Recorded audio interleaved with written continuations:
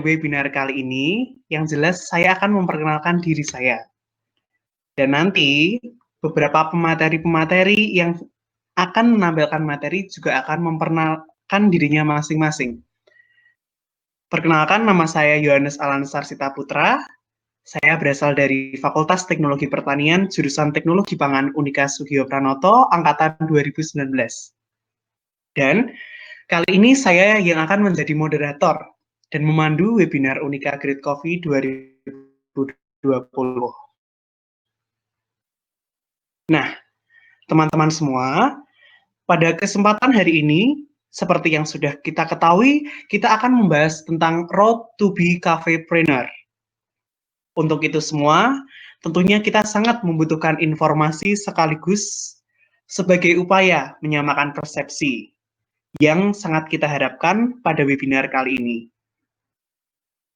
Sebelum kita memulai acara kali ini, akan ada beberapa sambutan. Nah, sambutan yang pertama akan ada dari Pak Probo selaku Dekan Fakultas Teknologi Pertanian. Kepada Bapak Dr. Robertus Probo Yenugraedi STP MSc, kami persilahkan.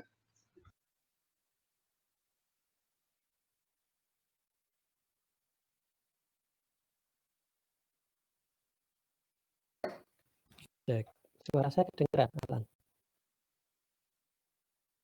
Terdengar, Pak Probo. Oke, ya baik. Selamat sore semuanya. Saya pikir tadi yang sambutan ketua panitia dulu. Enggak ya? Pak Probo dulu, Pak. Oke, memang TP berbeda ya. Biasanya kalau protokolernya dari ketua panitia dulu. Ini kita mencoba mendekonstruksi protokoleran, tapi baik. Yang pertama saya mengucapkan terima kasih kepada para narasumber, meskipun tidak bisa bertemu langsung dan berkenalan, Pak Haryo, Pak Kris. Kalau dengan Mbak Amanda sudah kenal karena satu tim pengajar. Selamat datang di acaranya FTP. Ini kalau tidak salah UGC yang kedua ya, Alan ya? Iya, Pak Probo, benar. Ya, ya, Fakultas sangat menyambut baik inisiatif ini, apalagi melihat dunia perkopian yang sangat dahsyat ya geliatnya. Dan kegiatan ini juga sebagai bagian dari merayakan acara ulang tahun fakultas kita yang ke-25. Meskipun pas pesta perak, pas pandemi, ya tetap kita bisa melakukan. Nanti tidak ada tes cupping ya. Harapannya sebenarnya bisa ngicipi kopi. Saya tidak tahu, saya termasuk generasi yang menyukai single origin. Jadi ketika beberapa waktu yang lalu mencoba pesan antara kopi yang sedang ngetren, lidah saya ternyata berteriak-teriak gitu ya, karena terlalu manis kalau buat saya. Pada umumnya kita sangat dari fakultas sangat melihat bahwa ini menjadi sebuah potensi yang besar, terutama ketika kita lihat banyak juga anak TP yang kemudian mulai menjalani karirnya sebagai entrepreneur di bidang kopi ini ya. Beberapa juga membuka kafe atau ikut dalam bisnis kafe bersama orang lain. Beberapa saya lihat malah langsung terjun dengan para petani. Itu kami sangat suka sekali. Dan harapannya memang kegiatan ini bisa menjadi pemicu, tidak sekedar pengetahuan saja, tetapi menjadi pemicu terutama bagi para adik-adik mahasiswa untuk semakin tergugah bisa mengikuti jejak-jejak para entrepreneur. Tentu saja kalau nanti ceritanya cerita yang indah-indah, saya harapkan juga ada cerita-cerita yang berdarah-darah, sehingga juga memberikan perspektif bahwa membangun sebuah entrepreneurship itu bukan jalan instan, kurang lebih. Tapi saya yakin para pembicara ini adalah pembicara-pembicara yang sangat hebat di bidangnya. Dan sekali lagi, selamat menikmati kegiatan ini. Semoga memberikan manfaat bagi kita semua dan terutama juga bagi masyarakat. Terima kasih. Ya, selamat sore. Terima kasih Pak Probo atas sambutannya. Nah, biar langsung saja untuk mempersingkat waktu, saya persilahkan sambutan dari Ketua Acara UGC 2020. Untuk itu, Saudara Bonaventura Alvino, kami persilahkan.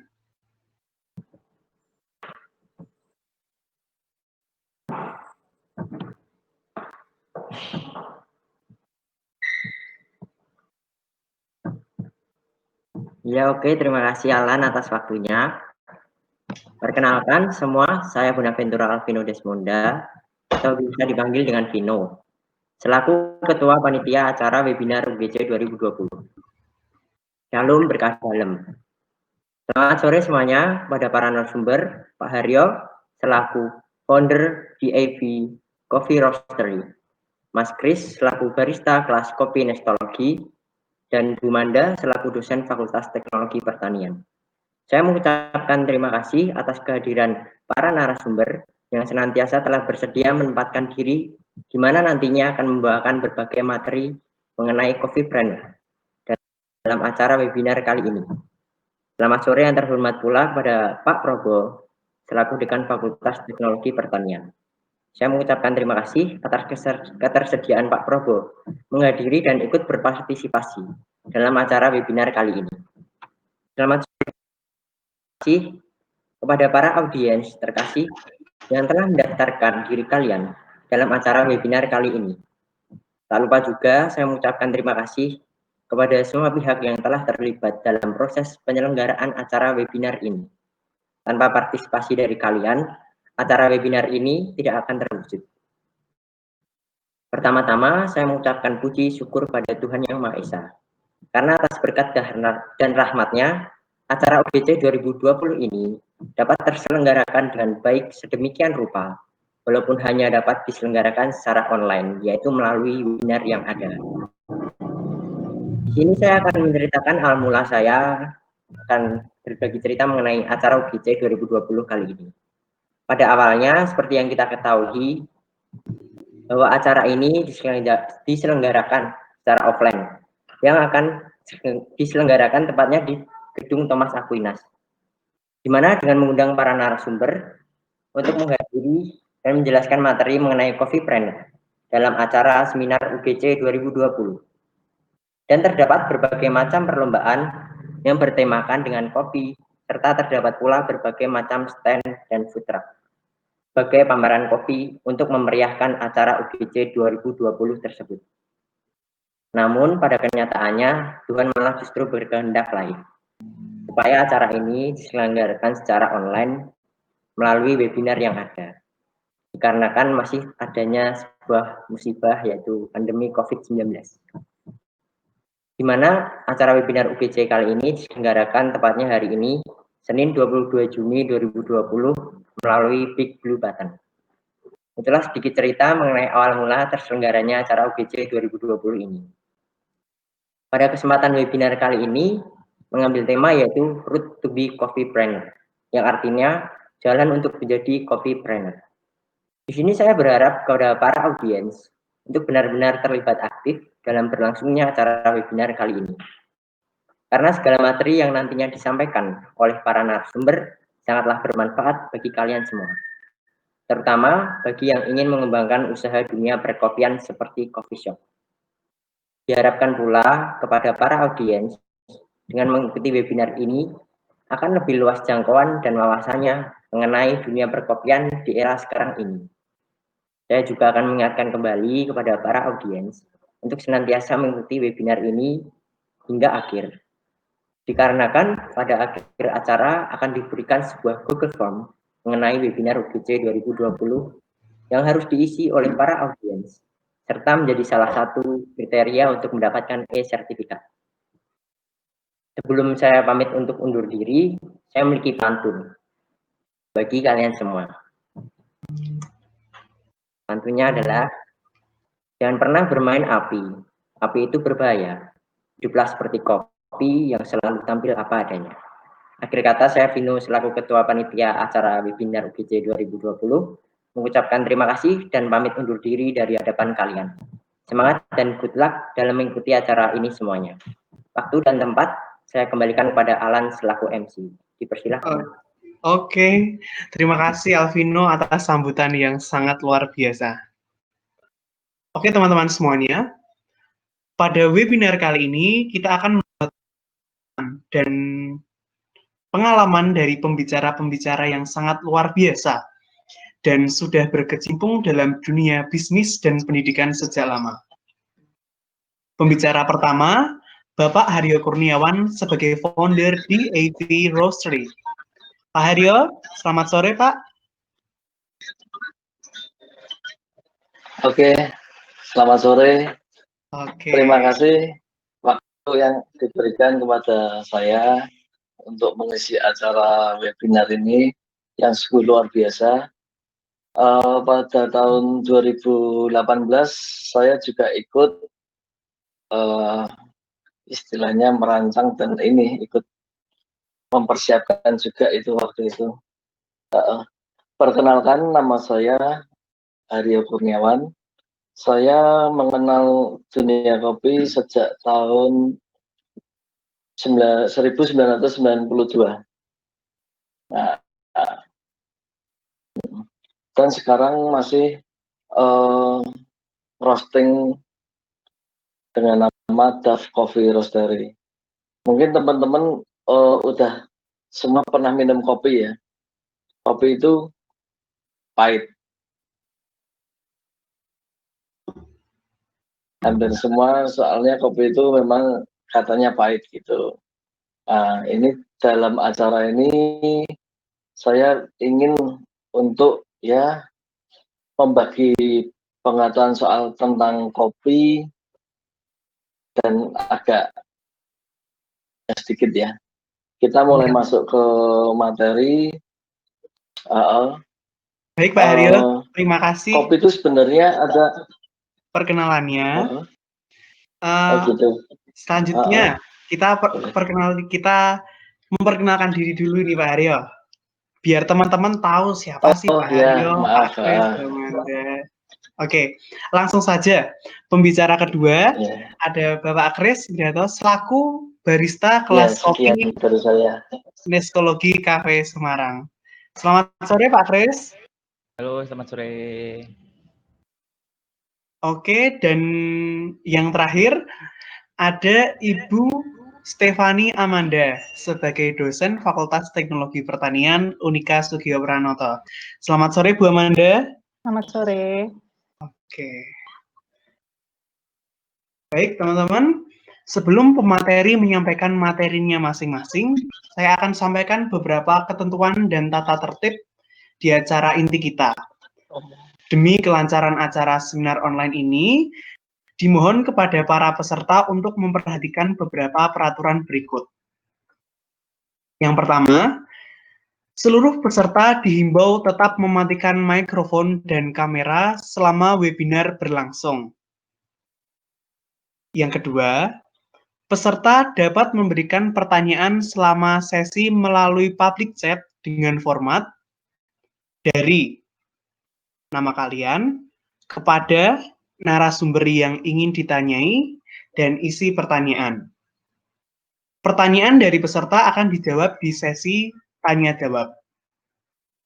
Dan yang keempat, di akhir seminar ini akan dibagikan link pengisian Google Forms sebagai salah satu syarat dan kriteria untuk memperoleh.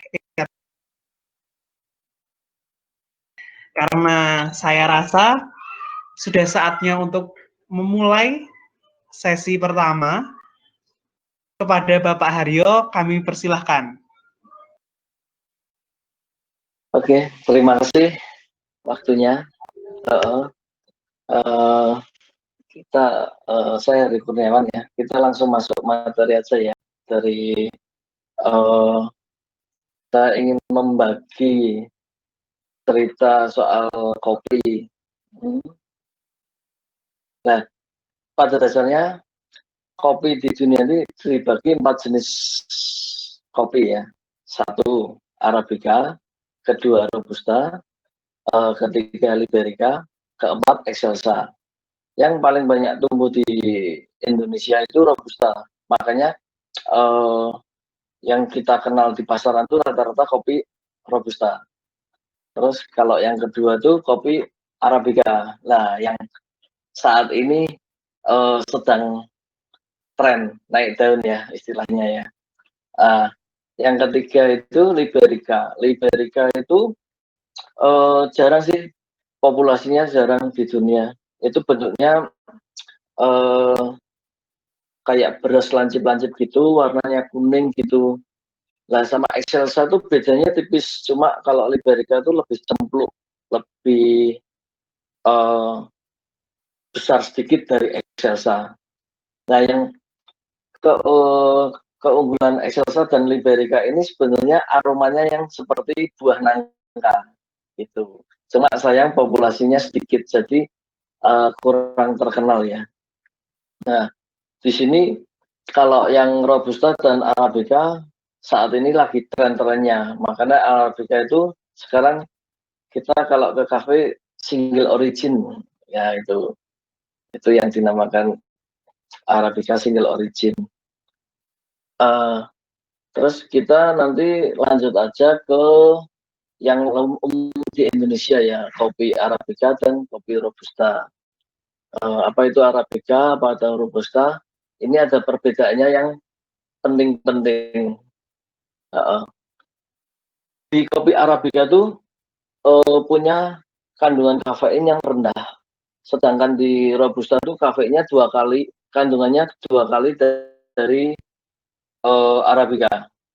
Makanya kalau kita pengen minum kopi yang Robusta itu di siang hari, pagi atau siang hari, biar tenaga kita itu strong.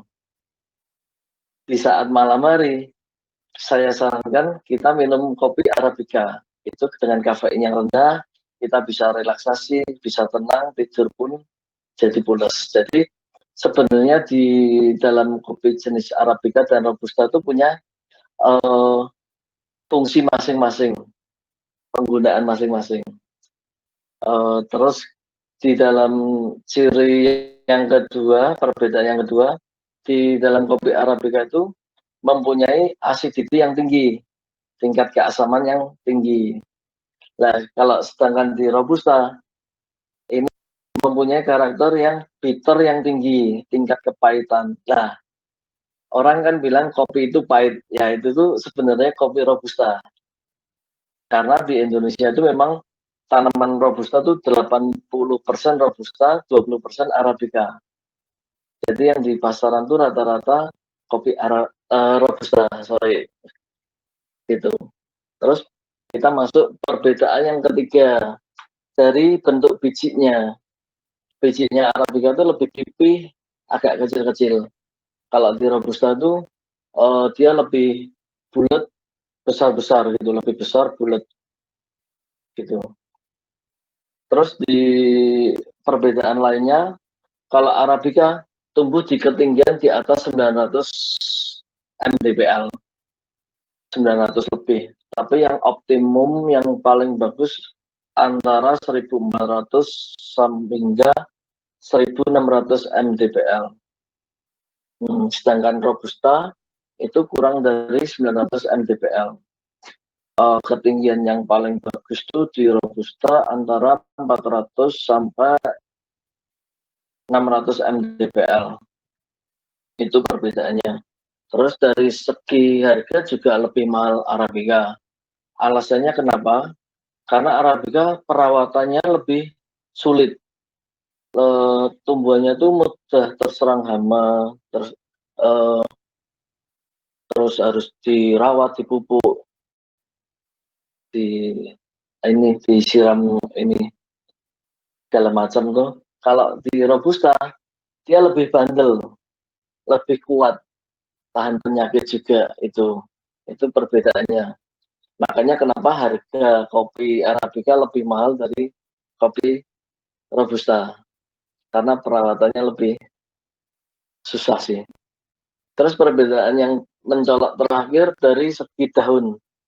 Daunnya Arabica itu lebih kecil-kecil, lancip gitu, runcing. Kalau di Arabica lebih lebar dan tebal. Kalau di kopi Excelsa dan Liberica lebih lebar lagi dan lebih tebal gitu. Itu perbedaan dari tanaman kopi Arabica dan kopi Robusta. Kita lanjut. Kalau kita ke kafe atau kedai kopi, kan kalau kita pesen kopi single origin pasti ada proses natural atau honey atau full wash. Kalau kita orang awam pasti tanya natural itu apa toh? Honey full wash itu apa? Nah ini kita singgung sejenak bahwa natural honey proses itu natural honey dan full wash itu merupakan proses pasca panen biji kopi. Jadi pada intinya secara garis besar proses pengolahan biji kopi setelah panen itu ada dibagi dua macam, pengolahan proses basah dan pengolahan proses kering. Kita masuk ke pengolahan proses basah dulu ya. Nah, pengolahan basah itu terbagi dua macam, full wash dan wash. Nah itu dari proses pengolahan basah itu kita dari petani petik ceri, kita sortasi bijinya yang petik merah semua, yang paling bagus ya, nggak terlalu muda, nggak terlalu busuk, jadi yang benar-benar merah maron gitulah gitu. Dari sortasi kita langsung masuk ke pengupasan, kita pulping, namanya kita pulping. Jadi buah ceri itu sebenarnya terbagi isinya dua green bean. Nah, kita pecah jadi dua. Satu ceri itu kita pecah jadi dua. Itu namanya tahap pengupasan biji buah, itu pulping. Setelah itu kita pecah jadi dua, kita fermentasi, kita bersihkan, direndam di bak ya agak besar gitu. Tapi dialiri air yang mengalir sampai 18 hingga 36 jam. Kalau 18 jam itu namanya semi wash, kalau 36 jam namanya full wash. Setelah kita fermentasi, kita cuci lagi dari lendir-lendir itu semua, terus kita keringkan di bawah sinar matahari. Sekarang ada yang pakai dum, pakai para-para. Mungkin teman-teman yang penggila kopi ya, atau penyuka kopi sudah mulai merambah tahu dum, rumah untuk pengeringan gitu, biar hasilnya maksimal. Kalau zaman dulu kan kita jemur di lantai, cuma kalau kita jemur di lantai efek sampingnya bisa bau tanah, bisa mengandung arti gitu. Setelah kita jemur sampai kering, terus kita masuk ke tahap haling. Jadi kita kupas biji ini, kulit cangkangnya. Jadi ceri itu dibagi dua, masih ada cangkang, kulit tanduk namanya, itu kita selap lagi, dihaling lagi. Nah itu setelah itu kita menghasilkan green bean itu, biji kopi hijau, masih mentah sih, cuma tapi sudah setengah jadi. Nah, kita masuk ke tahap sortasi, mau ke specialty atau grade 1, grade 2. Di pasaran dunia itu ada mulai specialty sampai grade 6. Grade 1, 2, 3 sampai grade 6. Setelah itu kita simpan di gudang, penyimpanan itu pun masih lebih kikrik ya. Kadar air harus kurang dari 12%. Kalau enggak kan masih basah itu bisa menyebabkan jamur moldy. Jadi nanti efek di cita rasa juga. dan karung yang pasti baru, biar nggak terlalu bau begi, bau karung. Terus penyimpanan nggak boleh di tempat di pinggir tembok, karena takutnya kalau temboknya basah gitu, harus pakai ambalan, pakai alas segala. Memang di dalam kopi itu harus kikrik ya. Terus kita ini secara singkat pengolahan basah. Terjadi fermentasi di dalam biji kopi itu. Kita masuk ke pengolahan kering, lanjut Bang. Nah, pengolahan kering ini tadi saya ngasihnya, ini yang tadi ada yang kesalahan di proses kering. Ini lebih simpel sih. Pengolahan kering itu dari biji ceri, kita sortasi yang biji bagus. Setelah itu kita langsung jemur, kering. Kita keringkan. Setelah sampai kering total, baru kita haling, kita pecah bijinya, keluar green bean. Jadi lebih sederhana. Itu yang dinamakan proses natural proses. Nah, kalau bedanya sama honey itu termasuk juga pengolahan kering. Kalau honey bedanya dari sortasi itu, kita pulping dulu, kita pecah, tapi nggak kita cuci, nggak kita fermentasi. Tujuannya kenapa? Tujuannya biar lendir-lendir getah yang di dalam kulit kopi tadi nempel di kulit canggangnya tadi. Dari getahnya itu menghasilkan rasa manis, makanya disebut proses honey proses gitu. Nah, itu perbedaannya di situ. Jadi antara natural dan honey, bedanya kalau natural dari ceri itu langsung dikeringkan sampai kering, kita haling, setelah itu dapat green bean. Kalau proses honey dari ceri kita pulping jadi dua, kita pecah jadi dua, setelah itu kita jemur sampai kering, baru dihaling, kita dapat green bean. Mungkin dari sini kecepatan nggak saya ngomong itu? Enggak ya, masih bisa ya. Nah, terus dari green bean itu penyimpanan sama, kadar air harus maksimal 12%, lebih dari itu berbahaya juga. Terus bag juga harus yang baru, bagus. Terus harus dialasi itu ampalan, papan, kayu. Nggak boleh dicat, karena nanti kalau dicat kita juga bisa menyebabkan bau chemical, bau cat juga. Terus tidak boleh tempel dinding. Nah, begitulah sulitnya ngerumati sebuah biji kopi. Makanya saya kalau ke kafe atau ke kedai kopi, ada yang minum kopi nggak dihabisin, itu saya juga merasa eman-eman juga ini. Sayang gitu. Nah, itu sepintas saja untuk pengolahan basah dan pengolahan kering. Jadi nanti kita kalau di kafe datang, kita udah tahu, ini beannya mana Mas Puntang, prosesnya apa, natural, honey, full wash, bisa kemaki nih. Oh natural, oh proses kering. Kalau full wash, oh proses basah. Ya, itu nanti ada perbedaan rasanya sih. Mungkin nanti bisa dijelaskan sama Mas Chris juga bisa gitu. Nah, kita masuk ke materi yang lebih pokok. Jadi mungkin sekarang kan dunia kopi lagi boom ya, dan teman-teman mahasiswa, pelajar, bahkan sampai orang tua juga senang kopi ya. Nah, bisnis ini kan menggiurkan juga. Saya ingin berbagi ini di sini, ingin anak muda tuh jangan takutlah untuk berwirausaha, terutama ini dalam tema ini dalam bidang kopi. Jadi syarat-syarat yang diperlukan, yang perlu diperhatikan sebelum membuka usaha kopi itu apa aja? Mungkin modal usaha itu yang paling penting, modal usaha.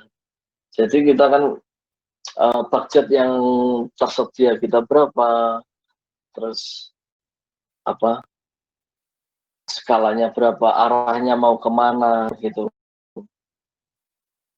Terus yang kedua tempat usaha. Kalau tempat usaha, usahakan jangan kontrak lah. Nah, menurut saya saat ini, bila perlu di rumah sendiri, mungkin di halaman, di garasi, itu sudah bisa untuk memulai usaha kopi. Jadi saya ingin menekankan bahwa cobalah kalau memang low budget, tidak usah khawatir. Apalagi yang ada budgetnya. Jadi usaha kopi itu sebenarnya kita mulai 5 juta sampai 1 M, 1,5 M tuh bisa. Caranya gimana? Ini saya ada kalkulasi kira-kira yang penting ya untuk membuka sebuah kedai kopi. Kalau untuk skala kecil kita manual brew kan sekarang yang lebih tren es kopi susu ya, es kopi susu. Setelah itu kita kalau mau nambah manual brew juga bisa. Jadi alat-alat yang dibutuhkan untuk yang penting-penting aja, satu itu grinder. Nah ini saya tuliskan di sini grinder yang udah lumayan, udah bisa untuk kerja ya lah. Itu N600 itu kira-kira seharga 850. Kemarin saya ngecek ada yang promo 700 juga ada, tapi kalau yang 500 saya nggak rekomend. Soalnya hasilnya green size-nya nggak bisa merata. Nah itu penting juga. Saya sarankan yang N600 yang ini. Nggak boleh sebut merek sih. Ya kira-kira yang harga 800-an lah. Nah kalau kita mau gerobak atau kalau di rumah ada meja itu sudah cukup lah. Kalau gerobak kan di online kira-kira 1,5 sampai 2 jutaan itu kita dapat gerobak seperti angkringan gitu. Terus alat yang kedua untuk manual brewingan itu yang umum V60, V60. Itu ada banyak merek dan kisaran 100 sampai 150, bahkan 500, 800 pun ada. Cuma saya ini yang budget terendah. Saya pengen yang memberi gambaran yang paling terjangkau untuk kantong, terutama teman-teman mahasiswa, pelajar gitu. Alat yang ketiga, skill dan termo itu, timbangan dan termo itu penting. Soalnya kalau kita setiap kali seduh, setiap kali bikin sebuah minuman kopi, selalu ditimbang. Biar kita konsisten, rasa yang pertama, kedua, ketiga, dan seterusnya itu sama. Nah itu maka dibutuhkan skill dan termo. Setelah itu kalau mocha pot 150 itu untuk kita menghasilkan espresso.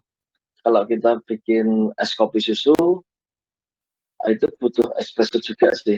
Nah, itu alat yang paling sederhana dan murah, itu mocha pot. Nah, selanjutnya alat yang dibutuhkan, saya masuk dan lain-lain itu seperti gelas, cup, nanti ada cup sealer, terus ya kecil-kecil lah. Nah, itu ada toples, ada ini.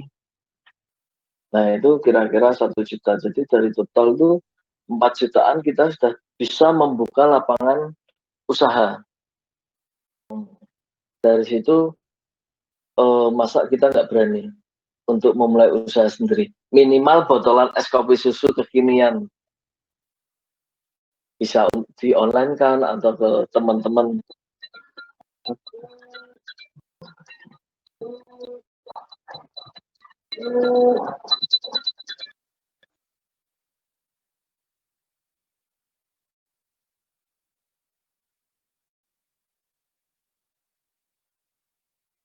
Setelah itu kita kira-kira kan kita butuh kira-kira sekitar 5 jutaan. Dari itu kan kalau kita sudah berani, mantap. Nah, tantangan apa yang penting yang penting ya kita hadapi setelah membuka coffee shop. Nah, itu yang jelas kita harus pikirkan ya. Setelah membuka coffee shop, maka tantangan kita untuk menjaring pelanggan, mulai ya iklan, promosi lewat Instagram, Facebook. Kalau koran sekarang jarang, mendingan Instagram, Facebook, terus dari teman-teman, dari situ bisa testimoni. Nah, setelah kita bangun, kita dapat jaringan. Nah, yang sulit lagi untuk mempertahankan usaha kopi itu. Agar kita dapat eksis dan berkembang dalam kopi, kita harus pinter-pinter ini, inovasi. Mungkin dari bentuk gelasnya, kasih pemberian nama, atau rasa-rasa dari mungkin bisa tambah es susu pandan, es susu karaman, macam-macam gitu. Itu yang paling penting, inovasi dari kita sendiri. Kita harus banyak mendengar, banyak kita harus berkunjung ke tempat-tempat kopi-kopi yang lainnya. Itu paling penting ya. Terus yang kedua, untuk mempertahankan kita ya ini seperti hospitality, barista. Nanti bisa dijelaskan sama Mas Kris itu kalau hospitality. Mungkin kebersihan, terus dari mengcover pelanggan. Itu banget untuk bisa eksis dan berkembang di dunia kopi ini. Setelah itu mempertahankan cita rasa kopi yang stabil, yang tetap stabil dan tidak berubah-ubah agar pelanggan puas. Nah, ini makanya kita harus selalu setiap kali kita nyeduh kopi, kita harus timbang, kita harus ukur suhu dan lain-lain sebagainya. Itu penting banget. Jadi nggak asal-asalan, yang penting udah laris kok. Nah, itu yang saya kadang kalau ke kedai kopi, loh Mbak, kalau nggak pakai timbangan, udah biasa Mas. Aduh, lah ini pusing saya malah. Itulah, itu yang kurang maksimal menurut saya. Nah, ini seperti yang saya katakan tadi, mengikuti perkembangan di dunia kopi. Mungkin tren sekarang es kopi susu. Nanti kedepannya lagi kembali ke tubruk, atau kedepannya lagi es kopi, bukan es kopi susu. Jadi kopi dicang, kopi hitam, kasih es, kasih ini gula, udah selesai es kopi. Seperti halnya kita es teh di mall-mall gitu. Nah, itu mungkin kan kita nggak tahu trennya. Cuma satu lagi, usaha kopi itu nggak ada, orang minum kopi itu nggak ada matinya. Yang berubah nanti trennya, gitu menurut saya. Mungkin dari sini penjelasan secara singkat ini dari saya.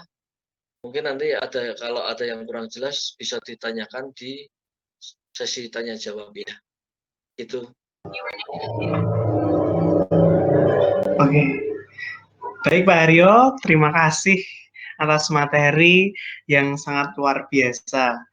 Nah, sebelumnya nanti untuk teman-teman semua, apabila teman-teman ingin mengajukan pertanyaan bisa diutarakan setelah sesi.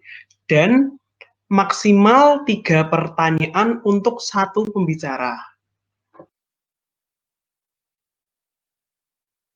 Jadi saya ulangi, nanti setelah pembicara menyampaikan materi, teman-teman boleh mengajukan pertanyaan.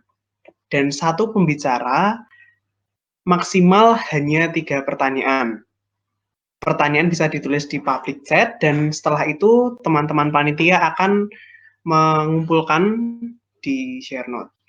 Oke, untuk mempersingkat waktu, langsung saja saya lanjutkan ke pemateri kedua, Pak Kris.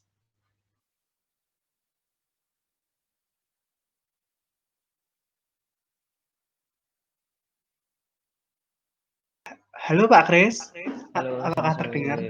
Oke, selamat sore Pak Kris. Langsung saja, untuk itu waktu dan tempat saya berikan kepada Pak Kris. Terima kasih. Oke, terima kasih Mas moderator. Sebelumnya saya ucapkan selamat sore. Assalamualaikum warahmatullahi wabarakatuh.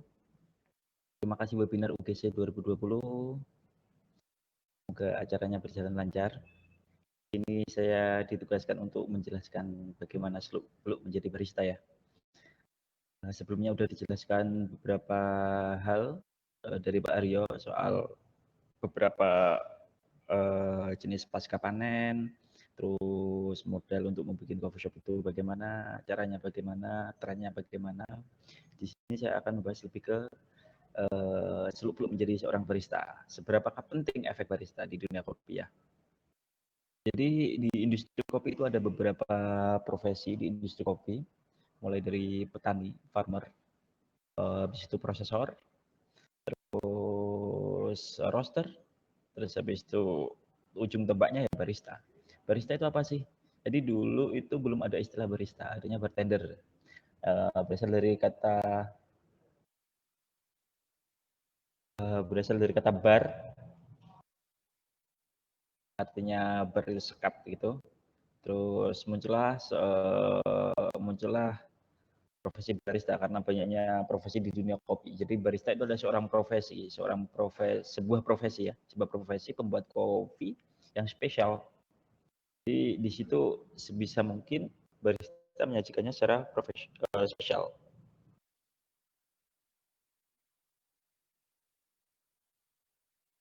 Suaranya terlalu kecil atau gimana?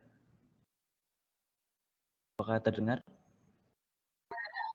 Terdengar Pak Kris, tapi sedikit kurang kencang Pak. Mungkin posisi mikrofonnya terlalu jauh, Mas Kris.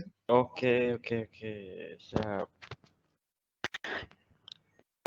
Terus barista itu apa?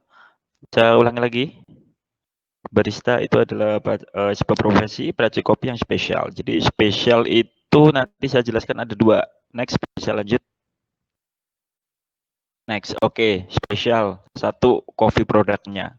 Kalau bicara soal barista, coffee produknya harus spesial. Produk-produk kopinya harus spesial. Paham standarnya, paham akan permintaan customer ya. Produk-produk yang spesial. Dari mulai menu-menu, create menu seperti itu yang spesial. Nomor dua, selain produknya yang diperhatikan adalah customer service. Ini yang sering kerap diabaikan beberapa barista. Jadi biasanya barista itu pengertiannya ya making produk ruang. Jadi misal nih, aku ya barista ya making produk, aku bikin kopi doang seperti itu. Padahal ada satu sisi yang sangat urgent ya, sangat krusial yang perlu diperhatikan di mana customer service. Oke.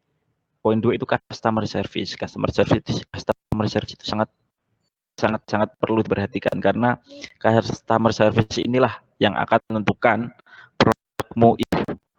Semisal produkmu seenak apapun, kalau customer service-mu jelek, ya otomatis rata-rata customer nggak bakal balik lagi ya. Seperti itu. Jadi satu, produk kopinya. Kedua, customer service-nya. Oke, next. Lanjut. Bisa lanjut? Oke. Poin-poin dari barista. Satu, ini poin-poin yang perlu dimiliki oleh barista. Satu, having knowledge about coffee well. Oke, yang dari tadi, sebagai barista kita harus tahu tentang pengetahuan kopi secara dasar. Misal pasca panennya seperti apa, prosesnya seperti apa. Ini kopi prosesnya seperti apa. Wash, semi wash, natural.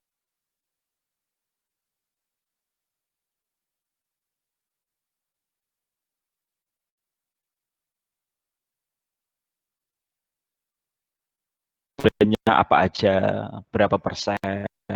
Semisal, oh ini aku punya di coffee shop ini, tempat aku bekerja punya house blend. Semisal, ini Arabica Robusta house blendnya. Arabicanya berapa persen? 60% kah? 40% kah? Seperti itu. Terus yang kedua adalah understanding how to make coffee product well. Jadi paham betul soal membuat produk kopi. Misal ini cappuccino, gimana sih standar bikin cappuccino? Oh kayak gini. Apa sih bedanya cappuccino, cafe latte, terus flat white? Bener nggak ini cappuccino? Siapa tahu ini flat white seperti itu. Jadi emang paham bener soal bagaimana membuat produk yang bagus. Poin ketiga, understanding how to handle customer well. Jadi ketika menjadi seorang barista juga harus paham gimana menghandle seorang customer. Misal nih, ada customer datang, ya kita tawari aja. Gimana Kak? Mau pesan apa? Order apa? Suka kopi susu apa kopi hitam? Kopi hitam Mas, misal. Kopi hitam, oh yang strong apa yang soft, seperti itu. Jadi kita tahu gimana cara menghandle customer yang bagus. Nomor 4, understanding to prepare product and clean up well. Nah ini. Jadi sebagai seorang barista itu sebelum kita memulai jam operasional kita, sebelum coffee shop itu buka, barista diwajibkan untuk prepare. Semisal nih, prepare itu termasuk bisa kalibrasi. Kalibrasi itu gampangnya gini, mencicipi produk ini layak tidak disajikan ke customer. Standarnya nanti seperti apa? Biasanya, semisal nih kita bikin mau menyajikan espresso sama cappuccino, habis itu kita kalibrasi dulu, shift per shift kita kalibrasi. Oh bikin espresso, oh standar espressonya ternyata 25 gram dengan waktu 25 detik. Cappuccino-nya misal 23 gram 23 detik. Kita harus kalibrasi itu karena kopi itu kalau secara rinci tiap detik itu rasanya beda. Makanya kita kalibrasi. Banyak faktor yang mempengaruhi soal kualitas kopi, mulai dari suhu sekitar atau suhu ruangan, terus mood kita juga mempengaruhi. Jadi diharapkan kalau ada coffee shop yang semisal 2 shift, pagi sama sore gitu, pagi datang kalibrasi. Espresso, cappuccino, atau mau kalibrasi semisal bisa di manual brew, semisal ini mau dibikin rasio berapa, time brewing berapa, seperti itu. Terus nomor 5, disiplin. Ini penting banget. Kenapa disiplin ini penting banget? Karena sebagus apapun kamu menjadi barista, sebagus apapun customer service kamu, sebaik apapun produk kamu, kalau nggak disiplin, ya di industri kerja bakal dapat poin yang buruk. Semisal nih contoh kenapa disiplin itu sangat penting. Contoh disiplin waktu. Disiplin waktu contohnya seperti ini. Kenapa disiplin waktu harus diterapkan? Semisal kamu dapat customer, Mas, mau pesan cappuccino dong. Bisa cepat gak ya? Habis ini aku mau ke bandara, seperti itu. Nah, kenapa kita harus menerapkan disiplin? Karena nanti akan bakal banyak terjadi soal kedisiplinan di sini. Gimana caranya kamu bisa membuat produk secara cepat atau tepat waktu. Seperti itu kita akan harus dilatih. Mulai melatihnya adalah dari semisal masuk sesuai jam kerja. Seperti itu, jangan telat-telatan. Next, bisa diaplikasikan disiplin ini semisal kalian yang mau menjadi barista terus ikut lomba, kan di lomba itu ada waktunya. Nah, nanti kalian bisa nggak overtime, karena overtime kalau di lomba itu bisa mengurangi nilai. Bisa diaplikasikan kemanapun soal disiplin. Terus nomor 6, having self branding. Nah, ini skill, bisa skill and style. Jadi barista itu juga perlu self branding kalau menurut saya. Self branding itu mulai dari skillnya. Jadi semisal nih mau mencari barista, Chris yang mana ya? Itu loh yang jago latte art. Itu loh yang jago manual brew. Itu loh yang bikin coffee mocktailnya enak, bikin signature coffee-nya enak. Jadi itu skill. Itu kita berharap sebagai seorang barista harus memiliki self branding. Selain skill, ada style. Misal Chris itu yang mana ya? Itu loh yang suka pakai topi. Oh itu loh yang suka pakai kupluk. Oh itu loh yang rambutnya keriting. Jadi ketika customer kalian datang, jadi apa ya? Secara nggak langsung bisa memahami, bisa mencari kalian secara langsung. Oke, next, lanjut. Oke, bicara soal customer service tadi.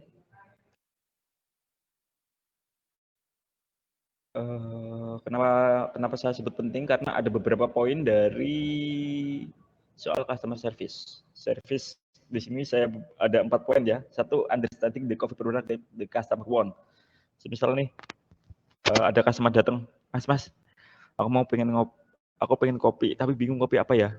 Ya sebagai barista bisa menyarankan, kakaknya mau ngerjain tugas ya. Misal kita paham, oh ini kakaknya bawa laptop, kakaknya mau ngerjain tugas. Iya Kak, ini mau ngerjain tugas nih mungkin sampai pagi. Oh mungkin bisa pakai kopi robusta karena kadar kafeinnya tinggi, bisa membantu untuk tetap melek kayak gitu. Jadi paham produk. Misal ada customer cewek, misal Mas saya minta kopi yang nggak terlalu strong, misal kopi susu yang susunya lebih banyak, itu ya bisa kita kasih flat white yang apa itu kadar susunya lebih banyak. Kopi susu dong yang balance antara kopi dan susunya. Sebenarnya kita bisa kasih cafe latte. Ya kita harus paham-paham benar soal apa yang customer inginkan. Terus nomor 2, communicate with customer. Komunikasi dengan customer itu sangat penting. Karena kalau menjadi barista sekedar making produk doang, nggak ada komunikasi customer, nanti kalian nggak ada link. Karena link itu sangat penting, relasi itu sangat penting. Di mana ketika kalian di luar jam kerja, terus habis itu ketika kalian main, terus ketemu customer kalian, terus menyapa kalian, itu sangat apa ya, sangat senang sekali. Contoh, semisal aku sering kasih contoh karena aku banyak belajar banyak pengetahuan dari banyak customer. Jadi dulu aku pernah pas aku libur, aku pernah ke Jogja. Habis itu di jalan ada yang nyapa aku, ternyata itu customer aku. Jadi aku kerja di Semarang, di Jogja, ketemu customer saya yang nggak saya duga-duga. Itu karena itu cuma 5 menit saya ngobrol dan aku bikinin kopi, saya ajak ngobrol, dia punya usaha di Jogja, tapi aku nggak tanya intens, dia apa itu, di sana usahanya apa. Yang jelas aku di sana ditanyain, "Loh Mas Kris tidur di sini apa pulang?" Pulang Pak, loh tidur di sini aja, di rumah kami ada kamar kosong, kayak gitu. Jadi link dan relasi itu sangat penting ya, nanti banyak diaplikasikan. Ketika kalian pergi keluar kota, terus ketika kalian pergi ke suatu daerah, ketika kalian menjumpai customer-customer kalian dan ngobrol di luar pekerjaan kalian itu sangat asik. Terus poin ketiga, show the good attitude. Jadi tunjukkanlah attitude yang bagus. Seperti yang aku bilang tadi, percuma apa itu produk knowledge kalian bagus, terus apa itu bikinan semisal nih contoh latte art kalian bagus atau manual brew kalian enak banget tapi attitude-nya jelek, karena itu bakal apa ya, intinya customer itu bisa nggak balik lagi ke situ karena attitude kami. Poin terakhir itu give the best service, itu yang paling penting poinnya, give the best service. Jadi ketika customer datang, gimana caranya untuk give the best service? Ya pertama datang, tawari apa yang sesuai dengan selera mereka. Mereka customer itu pengen kopi yang bagaimana? Kopi susu kah? Kopi hitam kah? Coffee mixologis kah? Atau semisal produk non coffee kah? Ya kita menyajikan sebaik mungkin. Terus misal pengantaran produk, kita tanyakan silakan Kak, permisi Kak. Terus semisal mau clear up, ya apa itu permisi. Terus semisal customer-nya mau pulang, kita bilang terima kasih. Seperti itu. Next, lanjut. Oke, ini poin untuk menjadi seorang barista, make your customer love your coffee. Oke, ini kalau customer datang, gimana caranya kamu bikin customer itu cinta terhadap kopimu, suka terhadap bikinanmu. Jadi misal ada customer datang, Mas Krisnya ada nggak ya? Seperti itu. Oh, aku mau dibikinin kopi sama Mas Kris. Aku mau dibikinin kopi. Aku mau dibikin cappuccino dong, kayak gitu. And grab the customer to come back again. Jadi gimana caranya kalian membuat customer itu menyukai kopimu dan apa ya, grab itu genggam apa ya, bikin customermu balik lagi. And surely to find you, nemuin kamu. Jadi customer datang pengen nemuin kamu, pengen dibikinin kopi olehmu. Poin-poin penting untuk menjadi barista, aku lebih ke customer service-nya. Gimana caranya nanti mengaplikasikannya ketika kalian menjadi seorang barista. Jadi oke, jadi berarti tunjukkanlah kalau menjadi barista itu enggak hanya produk knowledge yang bagus, tapi paham betul soal pendidikan dasar soal kopi dan hal-hal mendasar soal customer service. Oke, mungkin itu dulu yang bisa saya sampaikan. Next, kalau ada pertanyaan yang lebih detail bisa ditanyakan di sesi Q&A ya. Terima kasih. Terima kasih Pak Kris atas materi yang sangat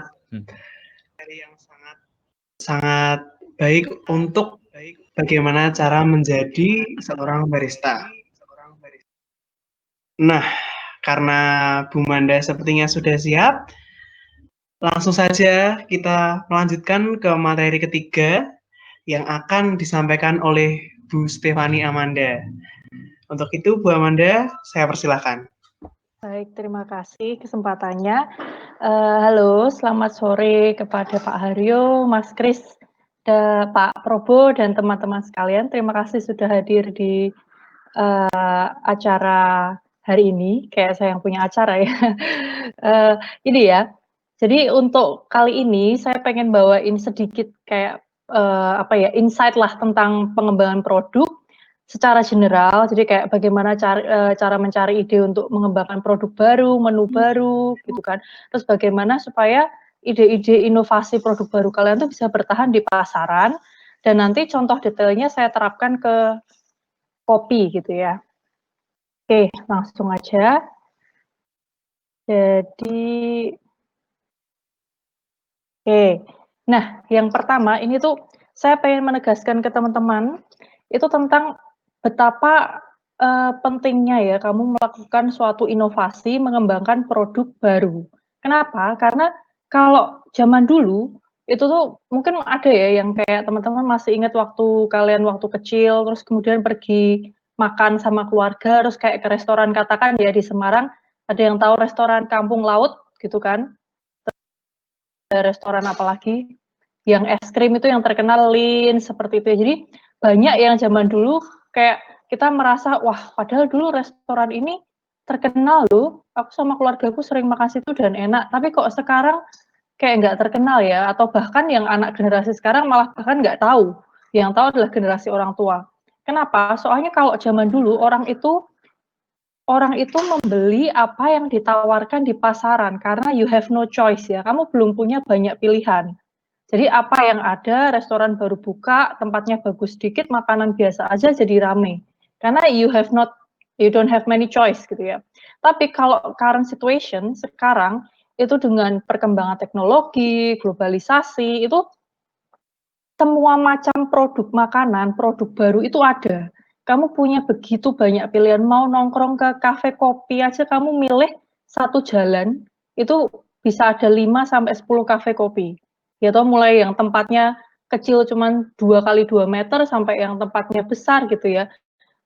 kamu ditawarkan begitu banyak pilihan, sehingga marketnya itu pasarnya itu saturated, jenuh, terlalu banyak option. Globalisasi, apalagi kopi ya, dulu kopi paling bisa minum ya kopi-kopi tradisional, tapi kalau sekarang ini kamu mau biji kopi dari Guatemala, mau dari India, mau dari Arabian, yang mana-mana itu kamu bisa sourcing, ada pilihannya banyak. Nah, akibatnya, konsekuensinya apa? Nggak semua produk jadi bisa berhasil, nggak semua produk bisa laku. Kenapa? Karena nanti produk baru kalian akan dibandingkan. Produk yang sesuai dengan keinginan konsumen, itu yang nanti akan jadi produk yang sukses, kan begitu. Jadi intinya adalah pengembangan produk itu di masa kini itu penting banget, karena tadi orang-orang sekarang punya begitu banyak pilihan, produk-produk baru semuanya banyak, hanya produk yang berorientasi pada keinginan konsumen yang tepat itu yang bisa nanti survive. Ini contohnya juga saya kan kasih sedikit gambar ini, saya nggak terlalu ahli di kopi ya, mungkin Mas Haryo sama Mas Kris kan lebih tahu kan, tapi di kopi itu biasa ada kompetisi kayak roasting gitu, kompetisi biji, roasting biji seperti itu.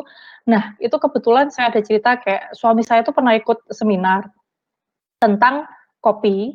Nah, di situ yang membawakan acara itu adalah salah satu juri yang biasa menilai kopi yang juara gitu, biji kopi ya, belum jadi minumannya, tapi kayak biji kopi yang dengan cara roastingnya, dengan blendingnya itu dia dapat juara.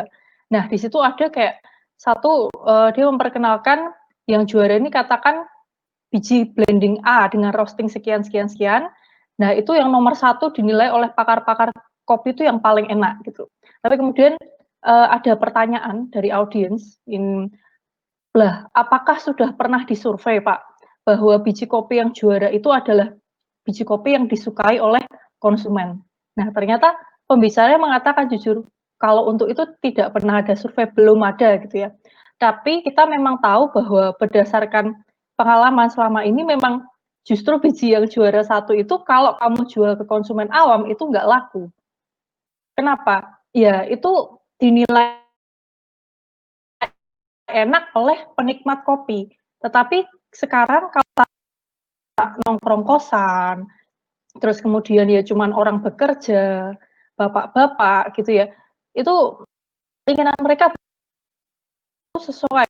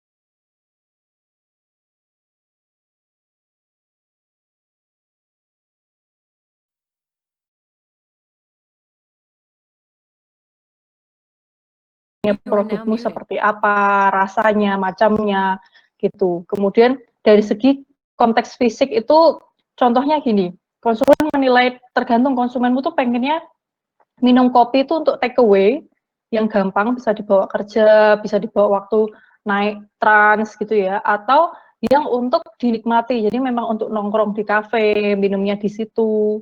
Itu kan consumption moment, time and place-nya berbeda. Lah ini kan diperhatikan, kamu tuh mau mengkhususkan yang ke arah mana gitu kan. Social environment kan ada juga tuh. Mungkin di Indonesia belum terlalu banyak, tapi kalau di luar tuh banyak orang-orang yang memperhatikan apakah perkebunan, jadi biji kopimu tuh ada label fair trade-nya enggak gitu katakan, atau dia bebas buruh enggak, kan kadang untuk produksi biji kopi, biji coklat itu kan banyak menggunakan buruh-buruh anak, terutama di Afrika gitu ya. Lah itu kadang orang tuh mementingkan itu. Ini ada label bahwa dia bebas buruh enggak gitu kan. Atau kopi susu pakai susunya yang sapinya dikembangkan di kandang atau di lapangan, itu kalau di luar negeri mereka ada yang peduli seperti itu ya. Karena mereka merasa sapi yang kalau di lapangan itu punya kebebasan. Jadi tidak kayak tidak ada penyiksaan binatang dibanding sapi yang di kandang terus seperti itu. Ini cara-cara konsumen menilai produk Anda. Ini Anda harus perhatikan. Kemudian selanjutnya, nah ini beberapa kategori produk. Jadi yang pertama itu ada kategori produk baru, produk yang baru dikembangkan itu ada me too products, itu artinya Anda mengembangkan produk yang sama dengan merek lain, cuma beda merek aja. Mau ya katakan kita merek Janji Jiwa, Lain Hati, Ruang Hati, dan lain-lain, tapi produknya sama, kopi susu. Itu namanya me too product, itu inovasi produk baru, tapi level inovasinya paling rendah, kan gitu. Yang level inovasi kedua ada yang namanya line extension. Itu satu merek, tetapi sama-sama produk, tapi mungkin beda varian. Sama-sama kopi susu, ada yang kamu tambahkan biskuit, kamu tambahkan coklat, kamu tambahkan bubble, kemudian bisa kamu tambahkan kayu manis, atau seperti apa, itu line extension. Inovasinya masih tergolong rendah. Yang ketiga, itu ada kategori produk baru, reposition existing product. Jadi produknya itu sudah ada, dari zaman nenek moyang itu sudah ada, tapi kemudian di reposition atau diberi image baru. Contohnya ini jelas banget kopi susu ya.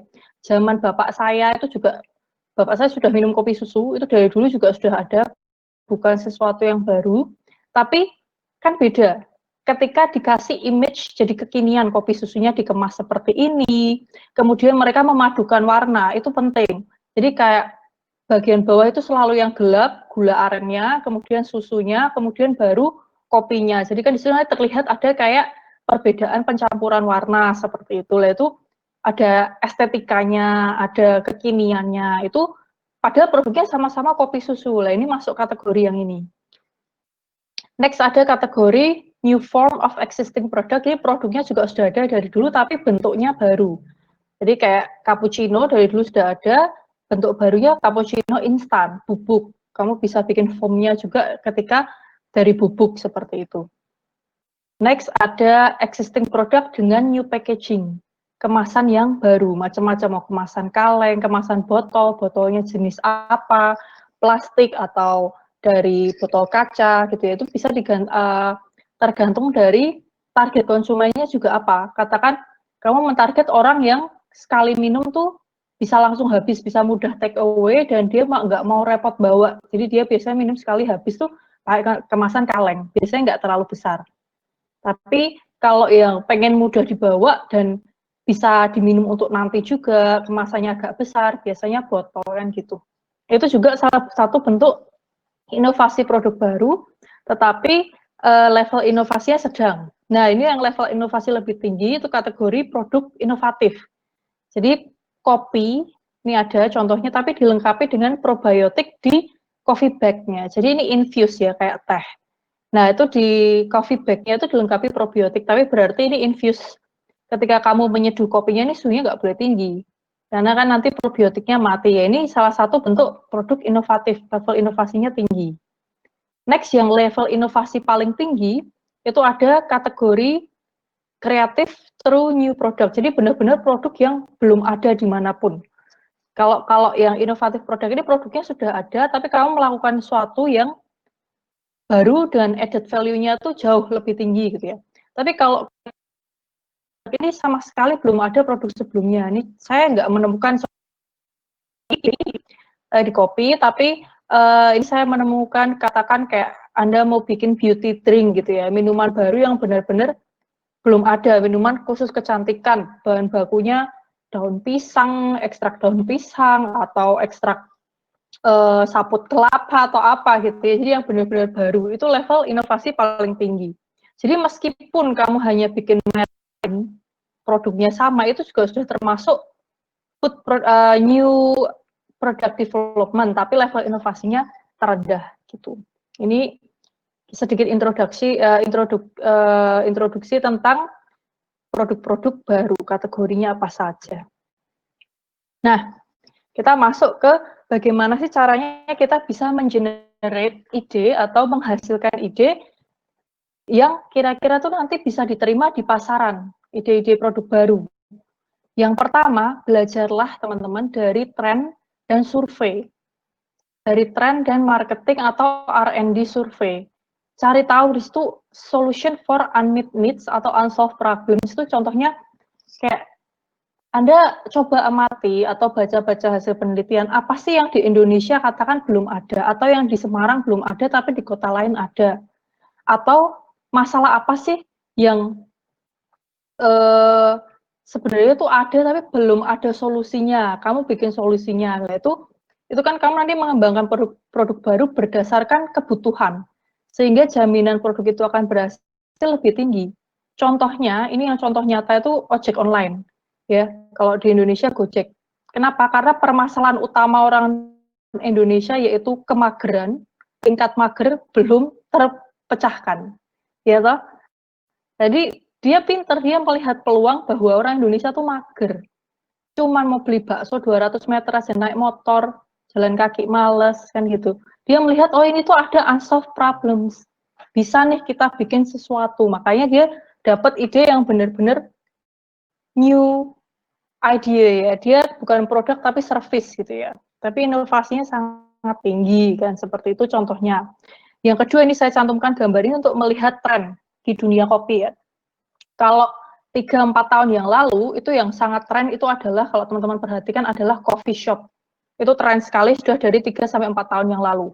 Buka yang tempatnya fancy-fancy, terus kopinya macam-macam, terus tujuannya apa?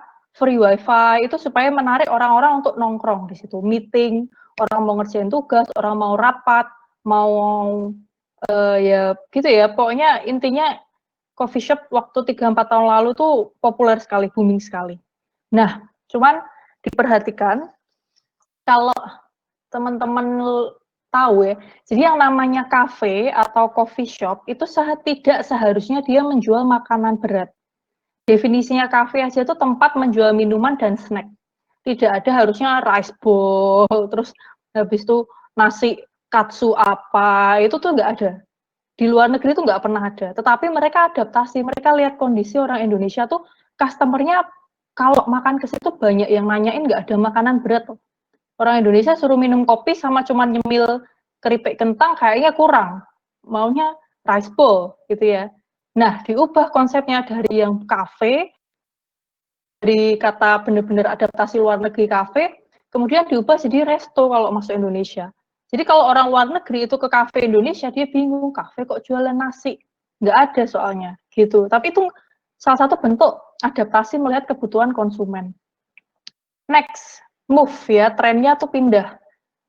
Dari yang kafe-kafe ini, pindah jadi produk-produk variety-nya ditingkatkan dan kekinian. Pakai Oreo, pakai Regal, pakai Room, pakai bubble tea, produknya dulu kan waktu di sini belum sebanyak itu varietinya. Sekarang pindah varietinya banyak. Next, tren selanjutnya sudah varietinya banyak, coffee shop masih booming.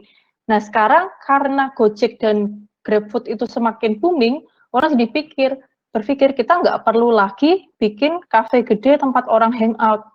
Kalau sekarang kebutuhan konsumen bergeser, daripada hangout terus kalian lebih pilih ngerjain di rumah terus order delivery, kan mending bikin tempat kecil, tapi lokasinya banyak tempat.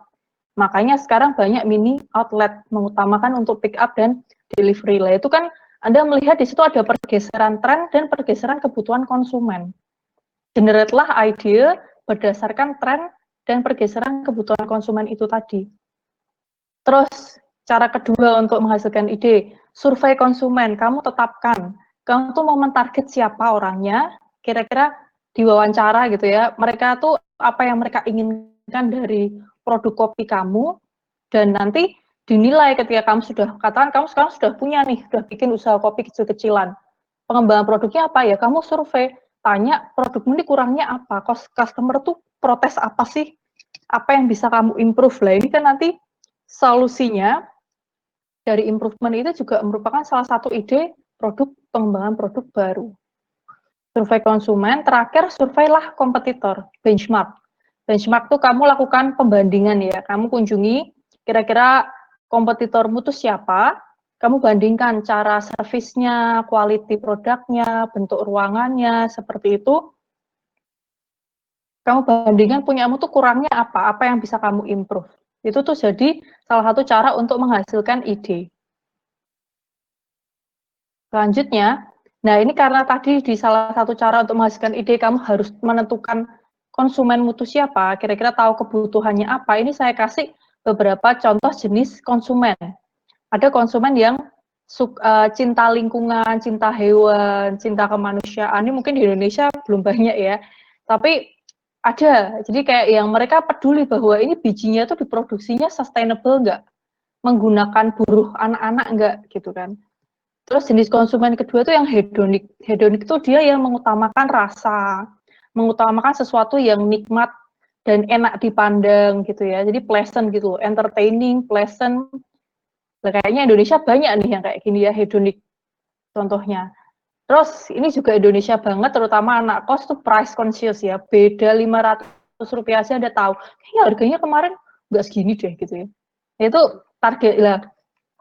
Kamu kan jadi kebutuhannya, jadi ide barumu kan harus dibatasi tergantung jenis konsumenmu apa. Ketika jenis konsumenmu adalah mahasiswa yang sangat price conscious, kamu pasti akan berusaha produkmu semurah mungkin, kan gitu. Terus ada jenis konsumen yang variety seeking, nyari macam-macam, suka pindah-pindah nyoba baru-baru, hal yang baru, unik-unik gitu ya, variety seeking. Ada juga konsumen yang peduli kesehatan, ini pakai pengawet nggak, pakai pemanis buatan nggak. Kalau beli makanan, lebih pilih yang processingnya sederhana kan gitu. Terakhir, jenis konsumen yang mencari kepraktisan, praktis. Jadi delivery itu gampang, ongkirnya murah, lokasi di mana aja ada, bisa dibawa take away, convenient gitu ya. Nah, kalau sebelumnya mungkin Indonesia sebelum pandemi corona itu kayaknya banyak yang hedonik dan price conscious, tapi setelah pandemi corona ini kan kamu bisa mengamati dari gaya hidupmu sendiri. Kamu pasti kalau ketika delivery makanan, ketika harus delivery makanan akan memilih yang lebih higienis dan yang jarang makan di tempat, bisa dibawa pulang. Jadi kayak ini corona gini tuh dia bisa men-shifting ya, menggeser tren konsumen tuh, jenis-jenis konsumennya jadi lebih ke health conscious dan convenient. Mereka nyari produk-produk minuman kopi yang ada antibodi, ditambahi turmeric, curcumin, jahe yang seperti itu untuk meningkatkan antibodi. Itu kan sudah mulai health conscious and convenient seperti itu. Nah, kalau sudah generate idea, kamu tahu jenis konsumenmu apa, silahkan diseleksi. Idenya tadi banyak, cara seleksinya apa? Perhatikan dua perspektif ya. Perspektif Anda sebagai produser dan perspektif pembeli Anda nanti, konsumen. Dari produsen, Anda perhatikan bahan bakunya tuh susah nggak sih belinya? Kompleks nggak? Kalau untuk beli bahan baku aja aku harus nunggu setengah tahun impor, susah. Tapi kalau bisa aku dapetin katakan meskipun online, tapi suppliernya rutin, itu kan masih nggak apa-apa. Jadi complexity, time consumption-nya. Ini aku bikin usaha ini tuh sebelum launching, butuh waktu lama nggak sih? Kalau lama kan kamu keburu ketinggalan dibandingkan orang lain. Jadi time consumption-nya diperhatikan, invest-nya disesuaikan dengan kekuatan modal yang kalian punya. Butuh invest alat-alat yang terlalu canggih nggak atau gimana, tadi kan sudah disampaikan oleh Pak Haryo ya, perkiraan tentang investasinya gitu-gitu, itu sangat membantu. Dari segi Anda menyeleksi ide sebagai produsen, penjual gitu ya. Nah, dari segi konsumen ini nggak boleh terlupakan karena ini yang penting. Kamu nyari produknya yang investnya murah, bahan bakunya mudah lah, tapi laku nggak? Secara market tuh acceptable nggak? Ada nggak orang yang does anyone actually wants to pay for it? Like beneran ada nggak orang yang mau beli gitu? Contohnya ini kayak kalau ini saya kasih gambar keju warna-warni ya, keju mozzarella rainbow itu adalah salah satu produk inovasi yang gagal karena di situ ya oke, itu inovasi mengejar orang tipe konsumen hedonik mungkin ya dan variety seeking, kasih macam-macam warna jadi menarik, pleasant, tapi orang hanya mencoba sekali. Ketika kamu sudah mencoba ternyata itu hanya pewarna, tidak ada rasa yang baru. Katakan harusnya kalau ungu rasanya blueberry, kalau hijau rasanya mint atau apa, tapi ini tidak ada seperti itu, hanya warna. Orang beli sekali cukup, kamu tidak punya konsumen lagi. Jadi setelah itu tren 3 bulan, 6 bulan mati. Gitu ya. Next. Nah, ini tentang ketika kamu sudah men-screening ide, tadi sudah dapat ide, kemudian bagaimana cara mempertahankan agar idemu tuh bertahan lama di pasar. Produkmu tuh nggak cepat mati. Caranya gimana? Ini saya cantumkan grafik yang menggambarkan umur umur dari produkmu gitu ya.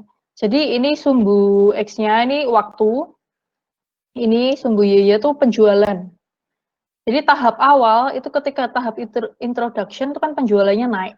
Terus kemudian growth, wah ini naiknya kenceng, penjualannya tinggi, lagi tren gitu ya.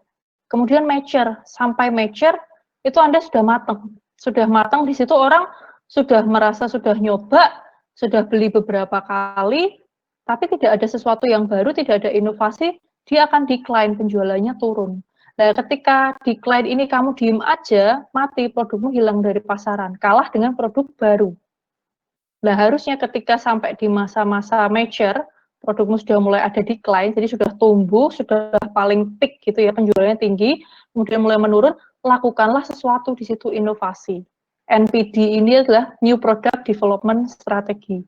Kembangkan produk berdasarkan saran konsumen, atau apa yang perlu diperbaiki, kemasannya kita perbaiki, atau kita buat yang versi instan, itu kan juga NPD strategi. Ini untuk meningkatkan kembali penjualannya naik lagi. Nanti ini akan turun lagi, lanjut lagi dengan NPD lagi, product development lagi seperti itu. Gitu ya. Nah, indikatornya ketika kamu melihat, ketika kamu tuh pengen tahu produkmu ini akan sukses atau bertahan lama atau enggak, itu indikatornya adalah ini, teman-teman. Repeat purchase. Jadi pembelian yang berulang. Enggak orang beli cuma sekali, terus enggak pernah balik lagi, itu enggak. Itu cuma produk yang tren, kemudian booming 3 bulan, 6 bulan habis. Nggak survive, gitu ya. Repeat purchase-nya ini perlu diperhatikan low or high, tinggi atau rendah. Kenapa? Karena ini saya kasih sedikit keterangan ya, bedanya buyer and customer. Kalau orang beli produk kamu sekali, itu kamu belum punya customer, kamu cuma punya pembeli. Dia beli sekali. Tapi ketika orang yang sudah beli sekali tadi itu make, terus dia mempertimbangkan, kemudian beli lagi, mempertimbangkan, beli lagi, kemudian dia merekomendasikan ke orang lain, itu baru kamu punya customer. Nah, yang dicari adalah customer, bukan buyer. Kalau cuma buyer, matinya cepat produknya. Tapi kalau kamu punya customer, repeat purchase-nya tinggi, nah itu produkmu bisa bertahan, gitu ya. Nah, apa saja yang mempengaruhi repeat purchase? Tadi salah satunya sudah sempat disebut oleh Mas Kris ya, katakan dari segi service, dari segi ya lebih ke pelayanan ya kalau Mas Kris ya. Itu kalau ini bisa dari segi rasa, harga, obstacle, ini perlu diperhatikan apakah produkmu itu, katakan rumahmu di Puri, sedangkan tokonya ada di Unika. Aduh, delivery ongkirnya aja 30.000, siapa yang mau beli lagi? Caranya gimana? Ya kamu lokasinya diperbanyak, mainin ojek online-nya, kayak gitu. Terus kalau sekali beli produkmu harus pre-order, nyoba sekali, belum tentu gitu kan diperhatikan. Servisnya, pelayanan dari pegawainya, quality control. Beli pertama enak, balik kedua nggak enak, orang nggak akan balik lagi, gitu ya. Itu mempengaruhi repeat purchase. Nah, nanti saran-saran ini dari kekurangan ini itu bisa untuk jadi ide improvement dan memperpanjang produk life-mu. Dan juga salah satu cara untuk memperpanjang produk life adalah dengan maintain customer relation. Contohnya itu kan banyak tuh, kamu pergi kemana terus kamu dapat kertas stiker untuk stempel. Nanti kalau stempelnya 10 kali dapat minuman gratis 1, Kak. Itu kan banyak. Itu cara untuk memaintain ya, mempertahankan orang yang sudah beli itu supaya terus beli dan terpuaskan.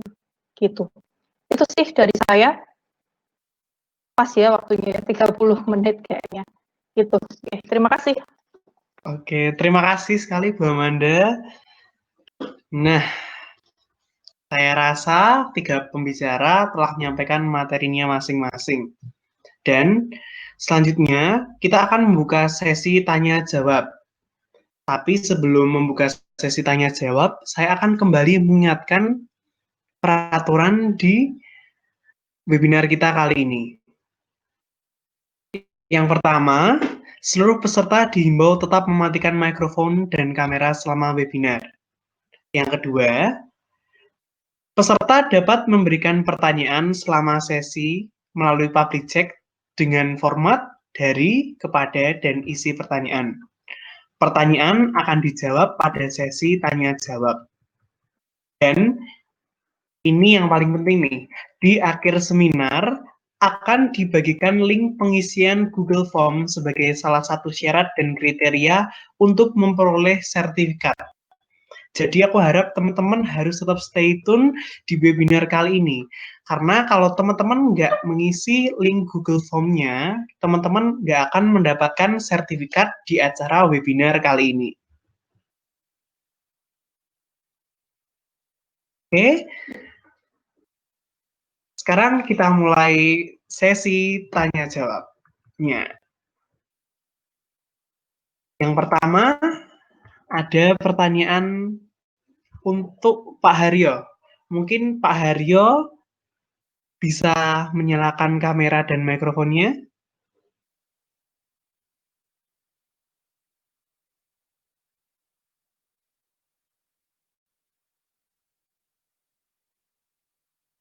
Ya, tes, halo. Oke, pertanyaan untuk Pak Haryo. Iya, Dari Pak Probo. iya. Apakah tahapan roasting bisa mempengaruhi kadar kafein? Misalnya, yang first crack dengan yang second crack, apakah kadar kafeinnya sama atau hanya berpengaruh di taste dan flavornya saja? Silahkan Iya. Pak Haryo mungkin bisa memberikan jawaban.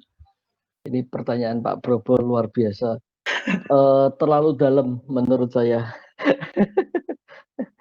Ini untuk kadar kafein yang tahap first crack dan second crack, mungkin next ke depan saya bisa minta tolong kolaborasi dengan anak-anak Tepang ini untuk apa namanya, menganalisa antara first crack kafeinnya berapa, kalau yang second crack kafeinnya berapa. Yang kita tahu biasanya kalau first crack itu yang mempengaruhi memang flavor, aftertaste, sama flavor dan aftertaste ya. Misalkan gini, kalau di first crack kita lepas kira-kira nunggu develop kira-kira 1 menit sampai 2 menit. Itu yang kita hasilkan acidity-nya tinggi, sweetness-nya agak short gitu. Tapi kalau kita sampai second crack itu kita perbedaannya acidity-nya lebih rendah, sweetness-nya lebih panjang gitu, long sweetness untuk aftertaste-nya. Nah, perbedaannya di situ Pak Probo. Untuk kafein, kandungan kafein selama ini saya belum ini kolaborasi sama untuk penelitian itu. Bahkan ada yang dekafein juga. Apakah bisa kopi dengan 0 kafein gitu. Di Amerika sih mengklaim bisa, cuma saya sendiri belum pernah sampai di situ, gitu menurut saya. Gitu. Baik Pak Haryo, terima Nah, kasih. mungkin bisa difasilitasi sama Pak Probo gitu next Aduh, ke depan project. Pak Prabowo bisa menjawab langsung. Oke, pertanyaan kedua. Ini dari Cindy Agustin. Om Haryo hadir lagi di UGC. Saya ingin Iya. bertanya, di balik membuka usaha kopi saya, melihat pentingnya relasi di dunia kopi agar lebih laris, bagi sebagian orang, termasuk kendala apalagi newbie di dunia kopi, Om. Boleh sedikit tips untuk para peserta seminar? Barangkali ada yang tertarik untuk mengusaha kopi. Bagaimana memulai awalan untuk relasi dunia kopi bagi yang masih newbie? Terima kasih Om, sukses selalu. Pertanyaan yang bagus dari Kak Cindy. Iya ini. Halo Cindy. Pertama-tama kita menarik pelanggan atau customer dari teman-teman terdekat kita sendiri ya, sahabat-sahabat itu yang harus pasti support ke kita. Biasanya gitu. Setelah itu kita sering update Instagram, Facebook. Itu salah satu yang sekarang lagi tren ya. Di samping itu kita harus meningkatkan kualitas dan bahan baku yang benar-benar premium. Nggak selalu premium sih. Yang penting bisa diterima oleh konsumen itu sendiri. Saya kira gitu ya, menurut saya. Oke, terima kasih Pak Haryo. Kak Cindy, apakah pertanyaan yang telah dijawab Pak Haryo sudah terpenuhi jawabannya?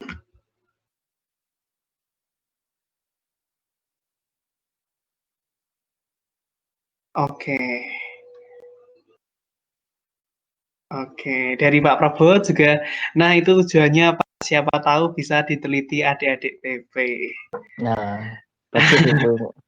Mungkin kita bisa ini untuk mengembangkan nggak untuk kafein aja ya. Biasanya kan kalau di dalam kemasan gitu kan ada unsur apa lemak, karbohidrat, terus dan lain-lain itu. Itu kan kelihatannya ada hubungannya dengan anak-anak dari teknik pangan ya. Ya, ya. Oke, langsung pertanyaan ketiga untuk Pak Haryo dari Kak Monika Dewi. Di tengah maraknya usaha kopi yang berdiri, bagaimana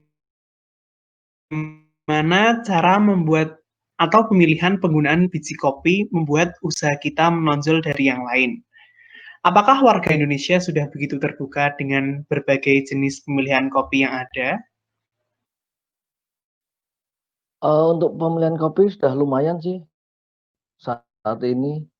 Cuma gini, tip dari saya, memang kita kalau untuk pemula atau yang baru-baru itu, yang newbie tadi, pemilihan bahan baku yang tepat. Maksud saya, walaupun murah tapi enak. Nah itu yang sulit kan. Tapi Ya, bisa kok. Misalkan es kopi susu. Saya mau cerita es kopi susu dengan signatur kita. Kopi susu itu yang berperan kan satu gula aren, kedua ada kayak SKM gitu. Terus ketiga susu fresh milk-nya itu. Keempat baru espresso. Lah espresso itu kan kita benar-benar pilihan kopi yang murah tapi baik. Mungkin bisa robusta atau blend yang lain daripada yang lain dari kedai lain. Nah, itu yang menjadikan kita menjadi enak. Kalau saya gambarkan dengan satu gelas ini apa es kopi susu itu kira-kira HPP-nya paling murah itu 5.000. Nah, tergantung kita mau jual berapa.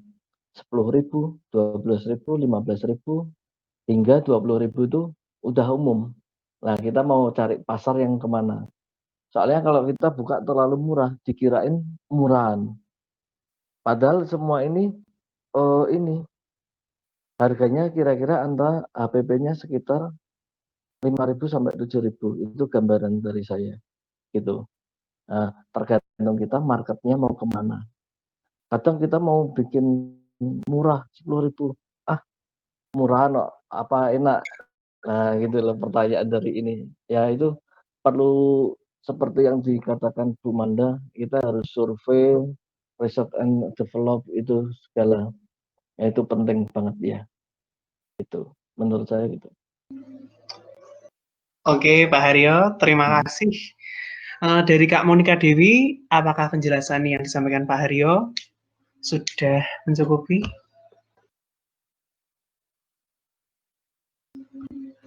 Oke, selanjutnya pertanyaan untuk Pak Kris. Pak Kris mungkin bisa menyalakan mikrofon dan video cam-nya, Pak. Halo, selamat sore. Sore, Pak Kris. Pertanyaan pertama dari Pak Probo. Mengapa cara cupping kopi harus dengan menimbulkan bunyi seruput? Mantap. Padahal biasanya kita diajari kalau minum itu sebaiknya tidak berbunyi. Monggo Pak Kris bisa dijawab. Oke, good question Pak Prabowo. Terima kasih atas pertanyaannya. Oke, slurp itu Apa ya, gitu? kalau di teknik cupping namanya slurping.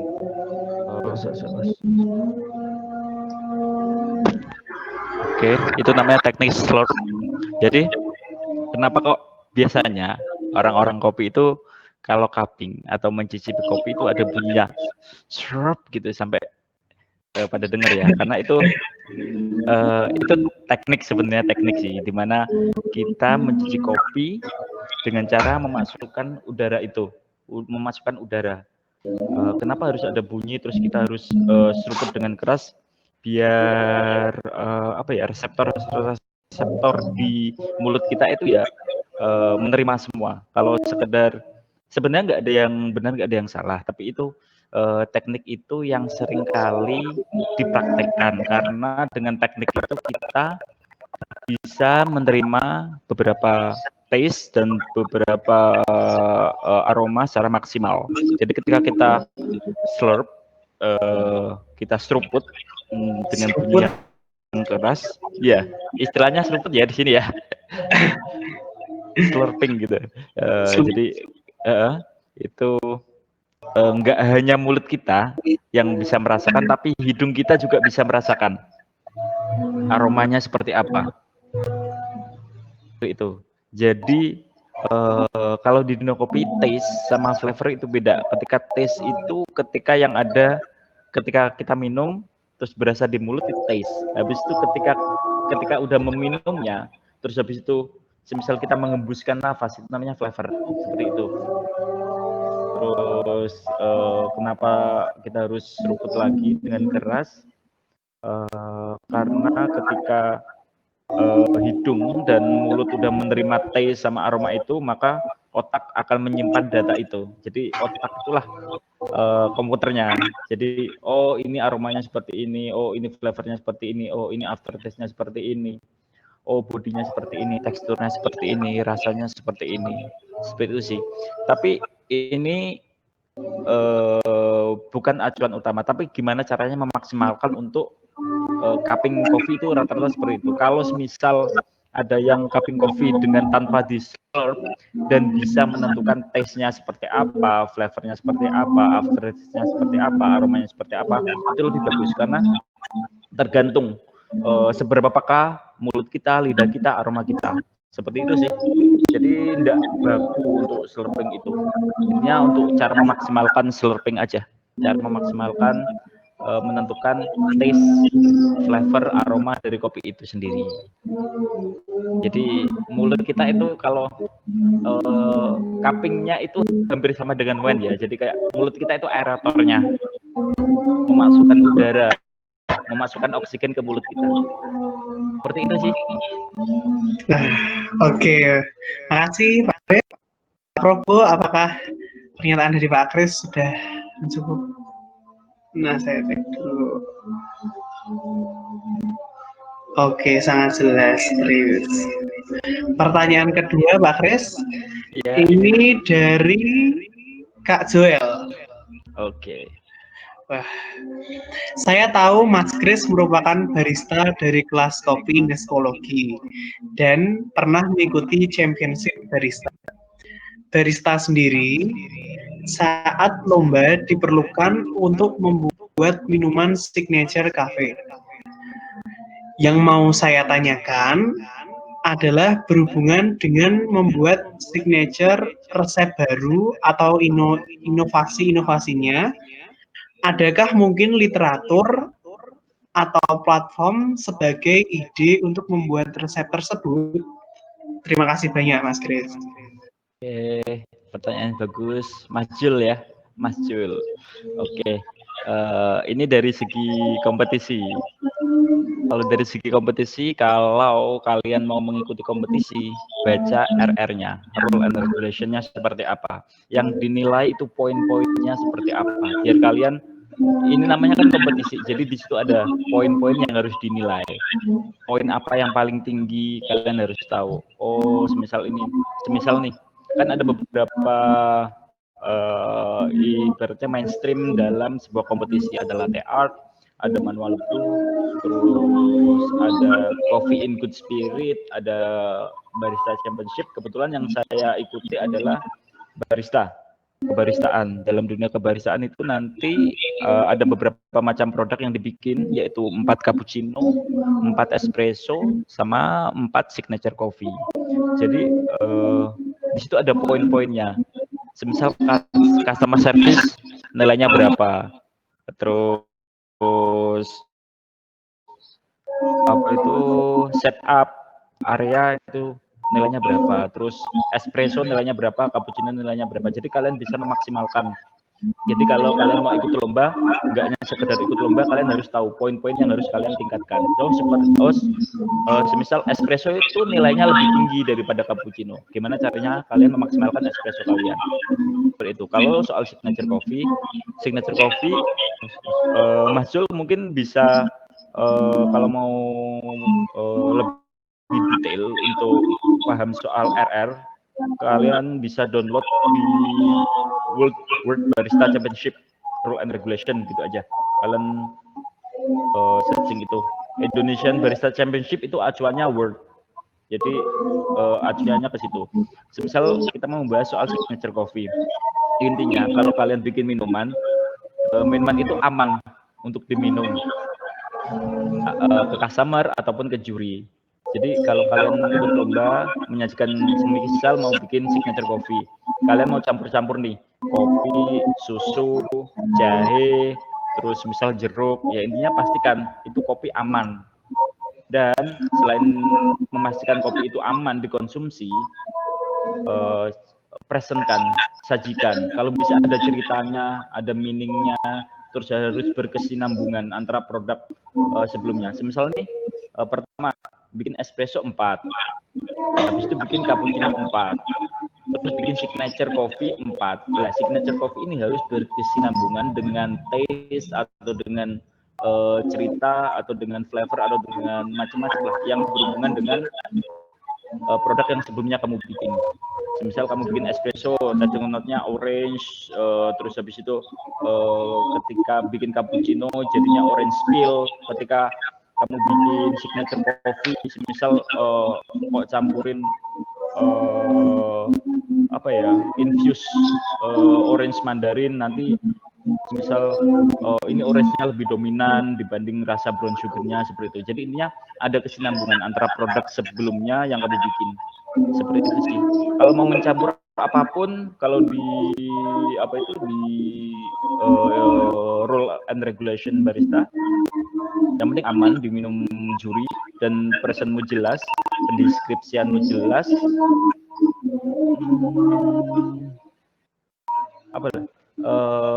Ini yang pokoknya intinya baca RR, rule and regulation. Apakah di situ boleh untuk apakah harus liquid semua atau boleh ada semisal ada es batunya, seperti itu harus dibaca karena di situ bakal jelas. Karena pernah Pernah dulu, zaman dulu itu ada yang bikin signature coffee pakai telur, terus semisal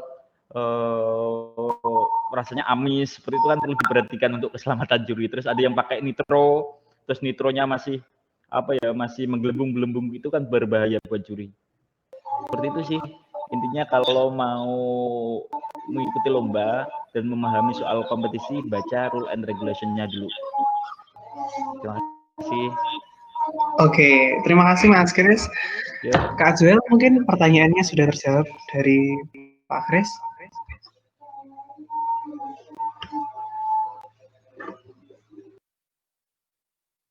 Oke, pertanyaan ketiga untuk Pak Kris.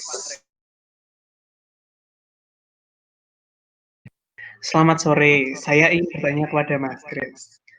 Bagaimana Mas Kris belajar tentang perkopian sebelum bisa menjadi barista? Apakah ada tempat khusus buat belajar perkopian bagi yang tertarik menjadi barista, namun masih belum banyak paham mengetahui tentang kopi? Terima kasih. Silakan Pak Kris. Ya, terima kasih atas pertanyaannya. Jadi gimana kisahnya menjadi seorang barista? Awalnya dari suka sih, karena ya suka ngopi aja, terus suka nongkrong, terus dulu ya ngopi ya sekedar ngopi, nggak tahu oh ini cappuccino itu seperti ini, oh apa itu manual brew itu seperti ini. Jadi suka, terus habis itu penasaran, tertarik, ya sering kumpul-kumpul, sering nongkrong di coffee shop, dari mulai melihat, terus habis itu diskusi, terus belajar, terus ketika ada, dulu kan belum banyak sumber seperti sekarang ya, sekarang mah ketika belajar menurutku sekarang sumbernya banyak banget, gampang. Dulu belum ada YouTube, dulu ya ketika ada orang luar kota, misal orang kopi dari Jakarta ya kita ulik mungkin gimana kondisi gimana perkopian di Jakarta. Misal ada orang yang dari luar negeri, teman kita pulang misal dari Aussie atau dari dari Jerman atau dari Amerika datang, ya kita ulik gimana sih perkopian di sana. Oh ternyata di sini masih banyak kekurangan atau masih belum banyak pengetahuan soal kopi ya. Habis itu mulai belajar, ngulik, terus habis itu dulu ada komunitas, terus ikut sharing-sharing, ya secara nggak langsung ada temen, terus pengen buka coffee shop, ya mulai belajar jadi barista, berlatih, terus mulai banyak sumber tuh YouTube, Google, semuanya bisa dibuka. Sekarang mau belajar latte art gampang, Instagram, mau belajar soal kopi sekarang banyak web soal kopi. Ya sekarang lebih gampang sih kalau misal mau jadi barista, lebih banyak sumbernya, lebih banyak referensi yang untuk dipelajari. Terus apa lagi? Intinya berawal dari suka gitu aja sih. Berawal dari suka, terus itu penasaran, tertarik, ya mendalami terus kebablasan sampai sekarang. Seperti itu. Iya. Pak Kris, untuk tempat khusus belajar perkopian. Oke. Apakah untuk belajar khusus, sebenarnya beberapa coffee shop di Semarang udah ada beberapa coffee shop yang buka ya.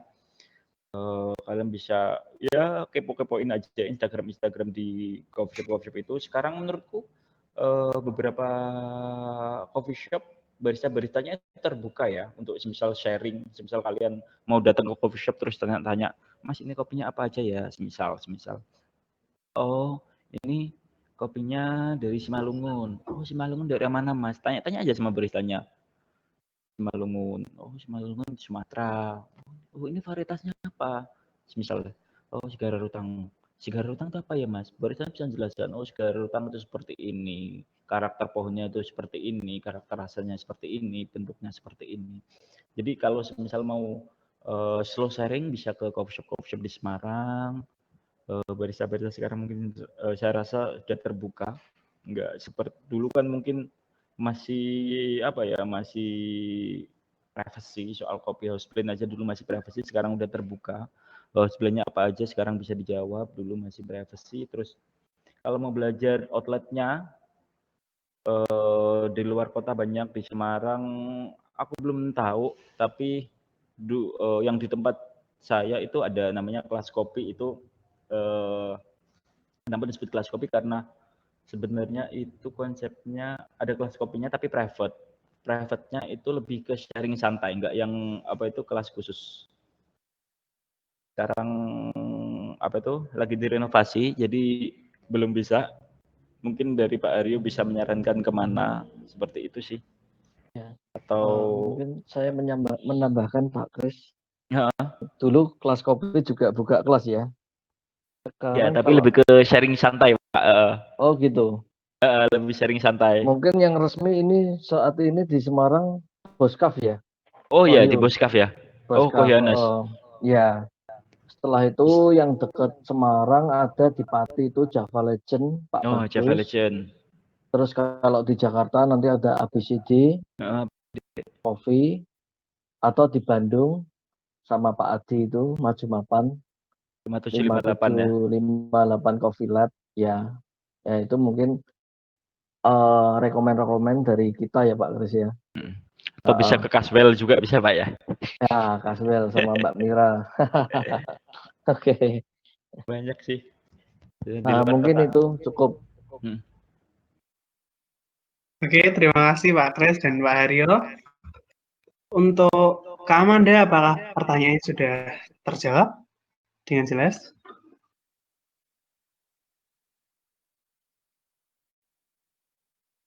Oke, nah lanjut ke pertanyaan sesi ketiga untuk Bu Amanda. Bu Amanda mungkin bisa segera untuk menyalakan mikrofon dan webcam. Oke. Sudah Bu Amanda. Sore Bu Amanda. Sore. Oke. Pertanyaan pertama dari Kak Yohanes Yusdam. Selamat sore Bu Amanda, saya Yusdam dari FTP 17. Saya mau bertanya, bagaimana cara mempertahankan produk yang kita pasarkan agar dapat bertahan lebih lama di pasaran? Lalu, bagaimana cara kita mempromosikan produk agar calon konsumen tertarik untuk membelinya? Kemudian, adakah tips bagi para pemula yang ingin memulai usahanya, baik itu bikin produk sendiri maupun sebagai reseller? Terima kasih. Oke, terima kasih pertanyaannya. Kalau yang cara mempertahankan produk supaya produk kita lama di pasaran itu tadi sudah sempat saya ungkit ya, itu cara paling mudah adalah kamu harus bertanya langsung dengan orang yang beli. Jadi kamu harus survei, interviewlah katakan 10 orang yang sudah beli di tempatmu, tanyain pendapatnya gimana produknya. Terus kira-kira ke depan bakal beli lagi nggak? Bakal kamu rekomendasiin ke orang nggak? Nah, itu dari jawaban orang itu, kamu bisa memikirkan cara untuk bisa mempertahankan si produkmu itu. Jadi katakan orang jawab, oh mungkin beli lagi sih Kak, gitu. Kalau mungkin itu berarti orang nggak akan beli lagi ya. Kalau orang ditanya jawabnya mungkin gitu, dia nggak akan beli lagi. Kamu tanya, kenapa? Kok mungkin Kak? Kenapa? Ada yang perlu kita improve? Nanti dari jawabannya, soalnya lokasinya jauh, harganya sih murah sih Kak, rasanya enak, tapi lokasinya jauh, aku mungkin nggak sempat kesini lagi. Itu berarti dari segi lokasi. Jadi kalau kamu mau ekspansi market, kamu harus menambah lokasi, katakan gitu kan. Terus pertanyaan kedua, misalkan konsumen satunya, bakal beli lagi nggak? Oh, iya Kak, beli lagi, cuman yang ini kok kayaknya aku agak kurang suka sama kemasannya seperti apa. Nah, itu kan jadi masukan buat kamu, jadi tahu apa yang harus kamu lakukan, supaya produkmu tuh bisa terus bertahan di pasar, orang tuh tetap mau beli. Itu masalahnya apa, itu kamu tanyakan tadi ke konsumen. Itu cara paling mudah ya, supaya kamu bisa mempertahankan produkmu tadi. Pertanyaan kedua yang selanjutnya, lalu bagaimana kita mempromosikan produk supaya konsumennya tertarik? Kamu harus tahu konsumenmu itu siapa. Kalau konsumenmu emak-emak, ya, katakan konsumenmu emak-emak, kamu mengamatilah ibu-ibumu dan ibu teman-temanmu ya. Kira-kira ibumu tuh paling sering dapat sumber informasi dari mana? Kalau ibu saya paling sering dapat sumber informasi dari grup WhatsApp. ya. Kalau nggak dari grup WhatsApp, dari Facebook. Instagram itu masih sedikit proporsinya kalau ibu-ibu. Berarti iklanmu lewat mana? Oh, berarti kalau saya mau promosiin, kamu bagi-bagi sampel, bagi-bagi flyer ke grup senamnya ibu, gitu kan. Atau nanti informasinya kan juga kalau ibu-ibu, target konsumenmu adalah ibu-ibu, kira-kira informasi apa sih yang biasa menarik ibu-ibu? Biasa kalau informasi yang menarik ibu-ibu itu yang selalu diawali dengan kayak katakan itu loh berita-berita, judul-judul berita yang kadang kurang tepat, tahu nggak? Misalkan kayak kamu mau menjual apa ya, produk kesehatan, katakan produk kesehatan kopi untuk mengurangi kolesterol, katakan gitu ya. Habis itu lah nanti statement pertamamu tuh yang menarik untuk ibu-ibu tentang kolesterol, mau bersosialisasi jadi susah, mau makan apa aja jadi susah. Solusinya ada kopi ini. Kamu promosinya di mana? Di Facebook, sebar iklan di grup WhatsApp lewat ibumu, di grup senam ibumu, itu kan lebih tepat sasaran lah. Kalau targetmu anak muda yang nggak mungkin kamu sebar di Facebook ya. Orang milenial Indonesia terutama udah nggak ada yang pakai Facebook. Kamu sebenarnya apa? Infonya di Instagram kan gitu. Pakai influencer, bayar influencer, food blogger yang kayak gitu-gitu. Jadi promosi yang tepat ke sasaran yang tepat itu nanti hasilnya akan kelihatan. Itu. Kemudian terakhir tipsnya untuk memulai usaha bagi pemula, baik produk sendiri atau reseller. Kalau tips dari saya, itu kamu lakukan persiapan tuh secukupnya aja, rencana tuh secukupnya aja, nggak usah terlalu banyak berencana, terus habis itu nggak maju, nggak jalan-jalan, tetapi juga tidak boleh tanpa rencana. Jadi kamu perhitungkan resikonya. Katakan tadi dengan keterangan Pak Haryo dengan modal 4 juta, kamu sudah bisa memulai, kamu perhitungkan resikonya. 4 juta itu kamu tabungan kira-kira bisa balik nggak sih dengan kamu nabung itu berapa lama? Kalau bisa kembali dalam waktu 6 bulan, dikatakan resikonya kecil. Kalau resikonya kecil, kamu sudah merencanakan, langsung jalan. Jangan kelamaan ya. Jadi perhatikan titik pertimbangan antara resiko perencanaanmu. Jadi kalau resiko nggak terlalu besar, kamu sudah merencanakan dengan baik, nggak usah takut, langsung jalan. Kenapa?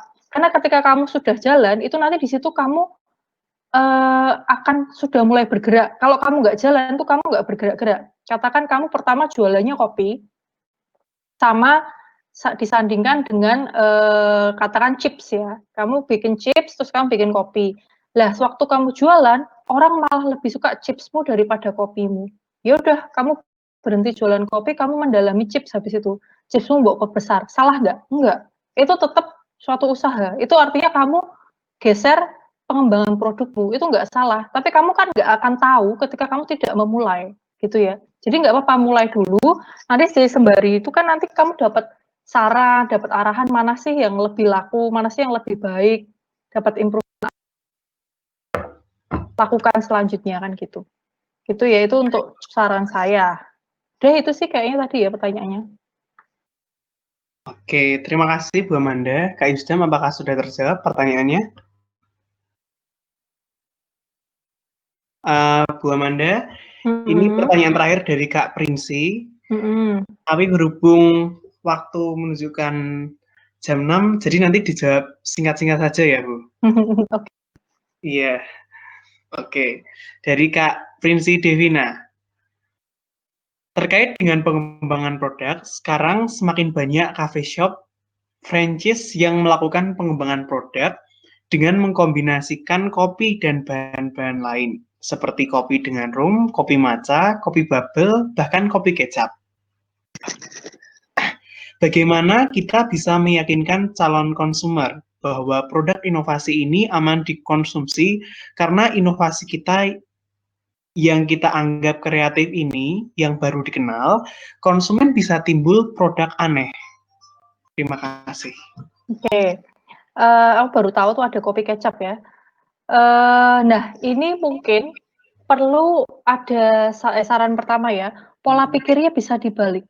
Jadi kayak, kenapa Anda harus memaksakan menjual sesuatu yang kamu anggap kreatif, tapi orang lain anggap itu aneh? Karena kan yang beli bukan kamu, yang beli adalah orang lain gitu. Jadi ketika kamu punya suatu ide, kamu menganggap itu kreatif itu dari segi produsen. Lah dari segi yang beli, mau beli nggak? Oh, yang ngasih uang kamu kan mereka gitu loh. Kalau ketika mereka melihat itu mereka merasa aneh, ya nggak akan laku gitu loh. Mau mbok kamu gimana-gimanain juga nggak akan laku. Kan seperti itu. Jadi pola pikirnya harus dibalik. Ini yang sering terjadi, makanya produk-produk ini kayak rainbow cheese, terus macam-macam itu orang merasa itu kreatif dan menarik, tapi cuma 3 bulan mati ya, karena orang yang mau beli nggak ada.